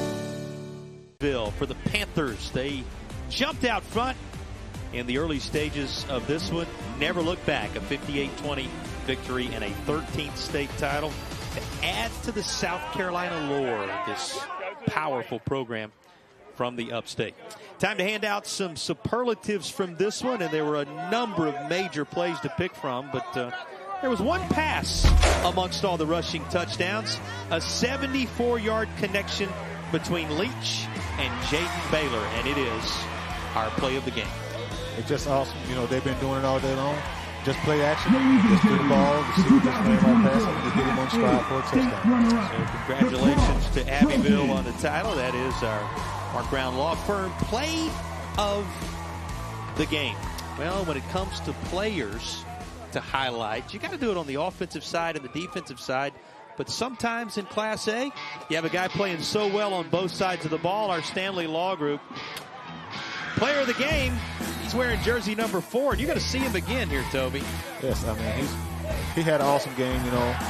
He just ran the ball hard. He's a leader. You know, he's a quarterback. He's a leader, and he's going to take his talent to the next level and do big things. So he's just an awesome athlete. Gamecock Country, no doubt, pleased with the Stanley Law Group performance of our player of the game. Well, we got to select a defensive player as well, and with an INT among other things, it set up a touchdown for his crew. It's DeMarcus Leach again. I mean, he's all over the field, like you say, the Iron Man football. Just for him to go back there and make a great catch. And not only that, he turns into a receiver running back again. And now he's just taking the ball back and just making people miss and putting his team in great field position. This is what he's expected to do at the next level. Tonight, in the state championship environment, he's our Founders Federal Credit Union Defensive Player of the Game. Well, even if you weren't with us and you just saw this segment, you know DeMarcus Leach had a big night, but it really was for that full stable of backs for Abbeville, a complete effort for their 13th state title all time. Absolutely. You know, a great job by the coordinators, you know, running the ball outside and get you going outside, and then all of a sudden you leave the middle vulnerable. And the line did a great job of coming inside and just blocking, and they just followed behind him. He just did a great job from running the building. Doesn't that T-shirt tell the story? Yeah, it does. The years awesome. are marked off one by one. The numbers just keep on coming, and one of the great gentlemen and one of the legendary coaches in this sport, in this state, known for this sport, has the latest of his championship moments. And another memory, I asked him this week in talking with him, what would make the 2024 championship special? He always pushes it back to the kids. He said, well, this group of seniors, this one belongs to them. They were role players prior. They led the way this time around. But he then pointed quickly back to what it means to their community. Abbeville makes second-to-none investments in this sport, in athletics, and it has second-to-none returns. They have been the class of Class A this season. It's just awesome. They worked hard for it. And you see, when you put hard work in, great things come from it. That's how state champion. Well, you wonder how much it still means for a community so used to tasting that championship glory. Look at the faces, the smiles. Grab just a dose of the energy as they are handed the trophy. Abbeville closing the deal and getting the job done. And, you know, they ran through other historic programs in South Carolina like Blackville Hilda and Lamar and Louisville to get back to this championship environment, Toby. Asked to do it in a different classification this time around, but they took down some of the legendary programs to create another legendary moment. Absolutely. But those programs, you know, they're sitting back in the waiting like, hey, you know, we're going to try to get back next year. So they cannot take a year off, you know. But they got the right leadership and the right coaches and the right players that's coming back. So they said they're looking forward to it, and they welcome that challenge. So it's going to be interesting next year to see, you know what I'm saying, what Abbeville can do in the whole season next year. But I know they're going to work hard. Grabbing success one thing, sustaining it another. This is the definition of it. Congratulations to Abbeville on the latest championship. Well, thanks to our sponsors, we'll be back as well for the remainder of the weekend. You got football coming your way from South Carolina, the championship environment, each of the next 2 full days. Thanks to our sponsors, A&I Fire and Water Restoration, Coastal Wound Care, Will Lou Gray Opportunity School, Stewart Law Offices, Rushes, Doctors Implants, Low Country Crawl Spaces, Palmetto Pride, the Mark Brown Law Firm, Founders Federal Credit Union, Jim Hudson Automotive, the Dairy Alliance, Behind the Haze, South Carolina Department of Public Health, Ingalls Markets, all making it possible for you to enjoy high school football's championship environment. Guess what? It's another championship for Abbeville, number 13. Now climbing the ladder in South Carolina history and putting a moment together they'll celebrate on the town square that this 2024 team and that historic football community will never forget. For our entire crew, working hard for you here in Orangeburg and beyond, thanks for joining us. We'll see you tomorrow when the weekend of champion continues. Abbeville back on top in 1A.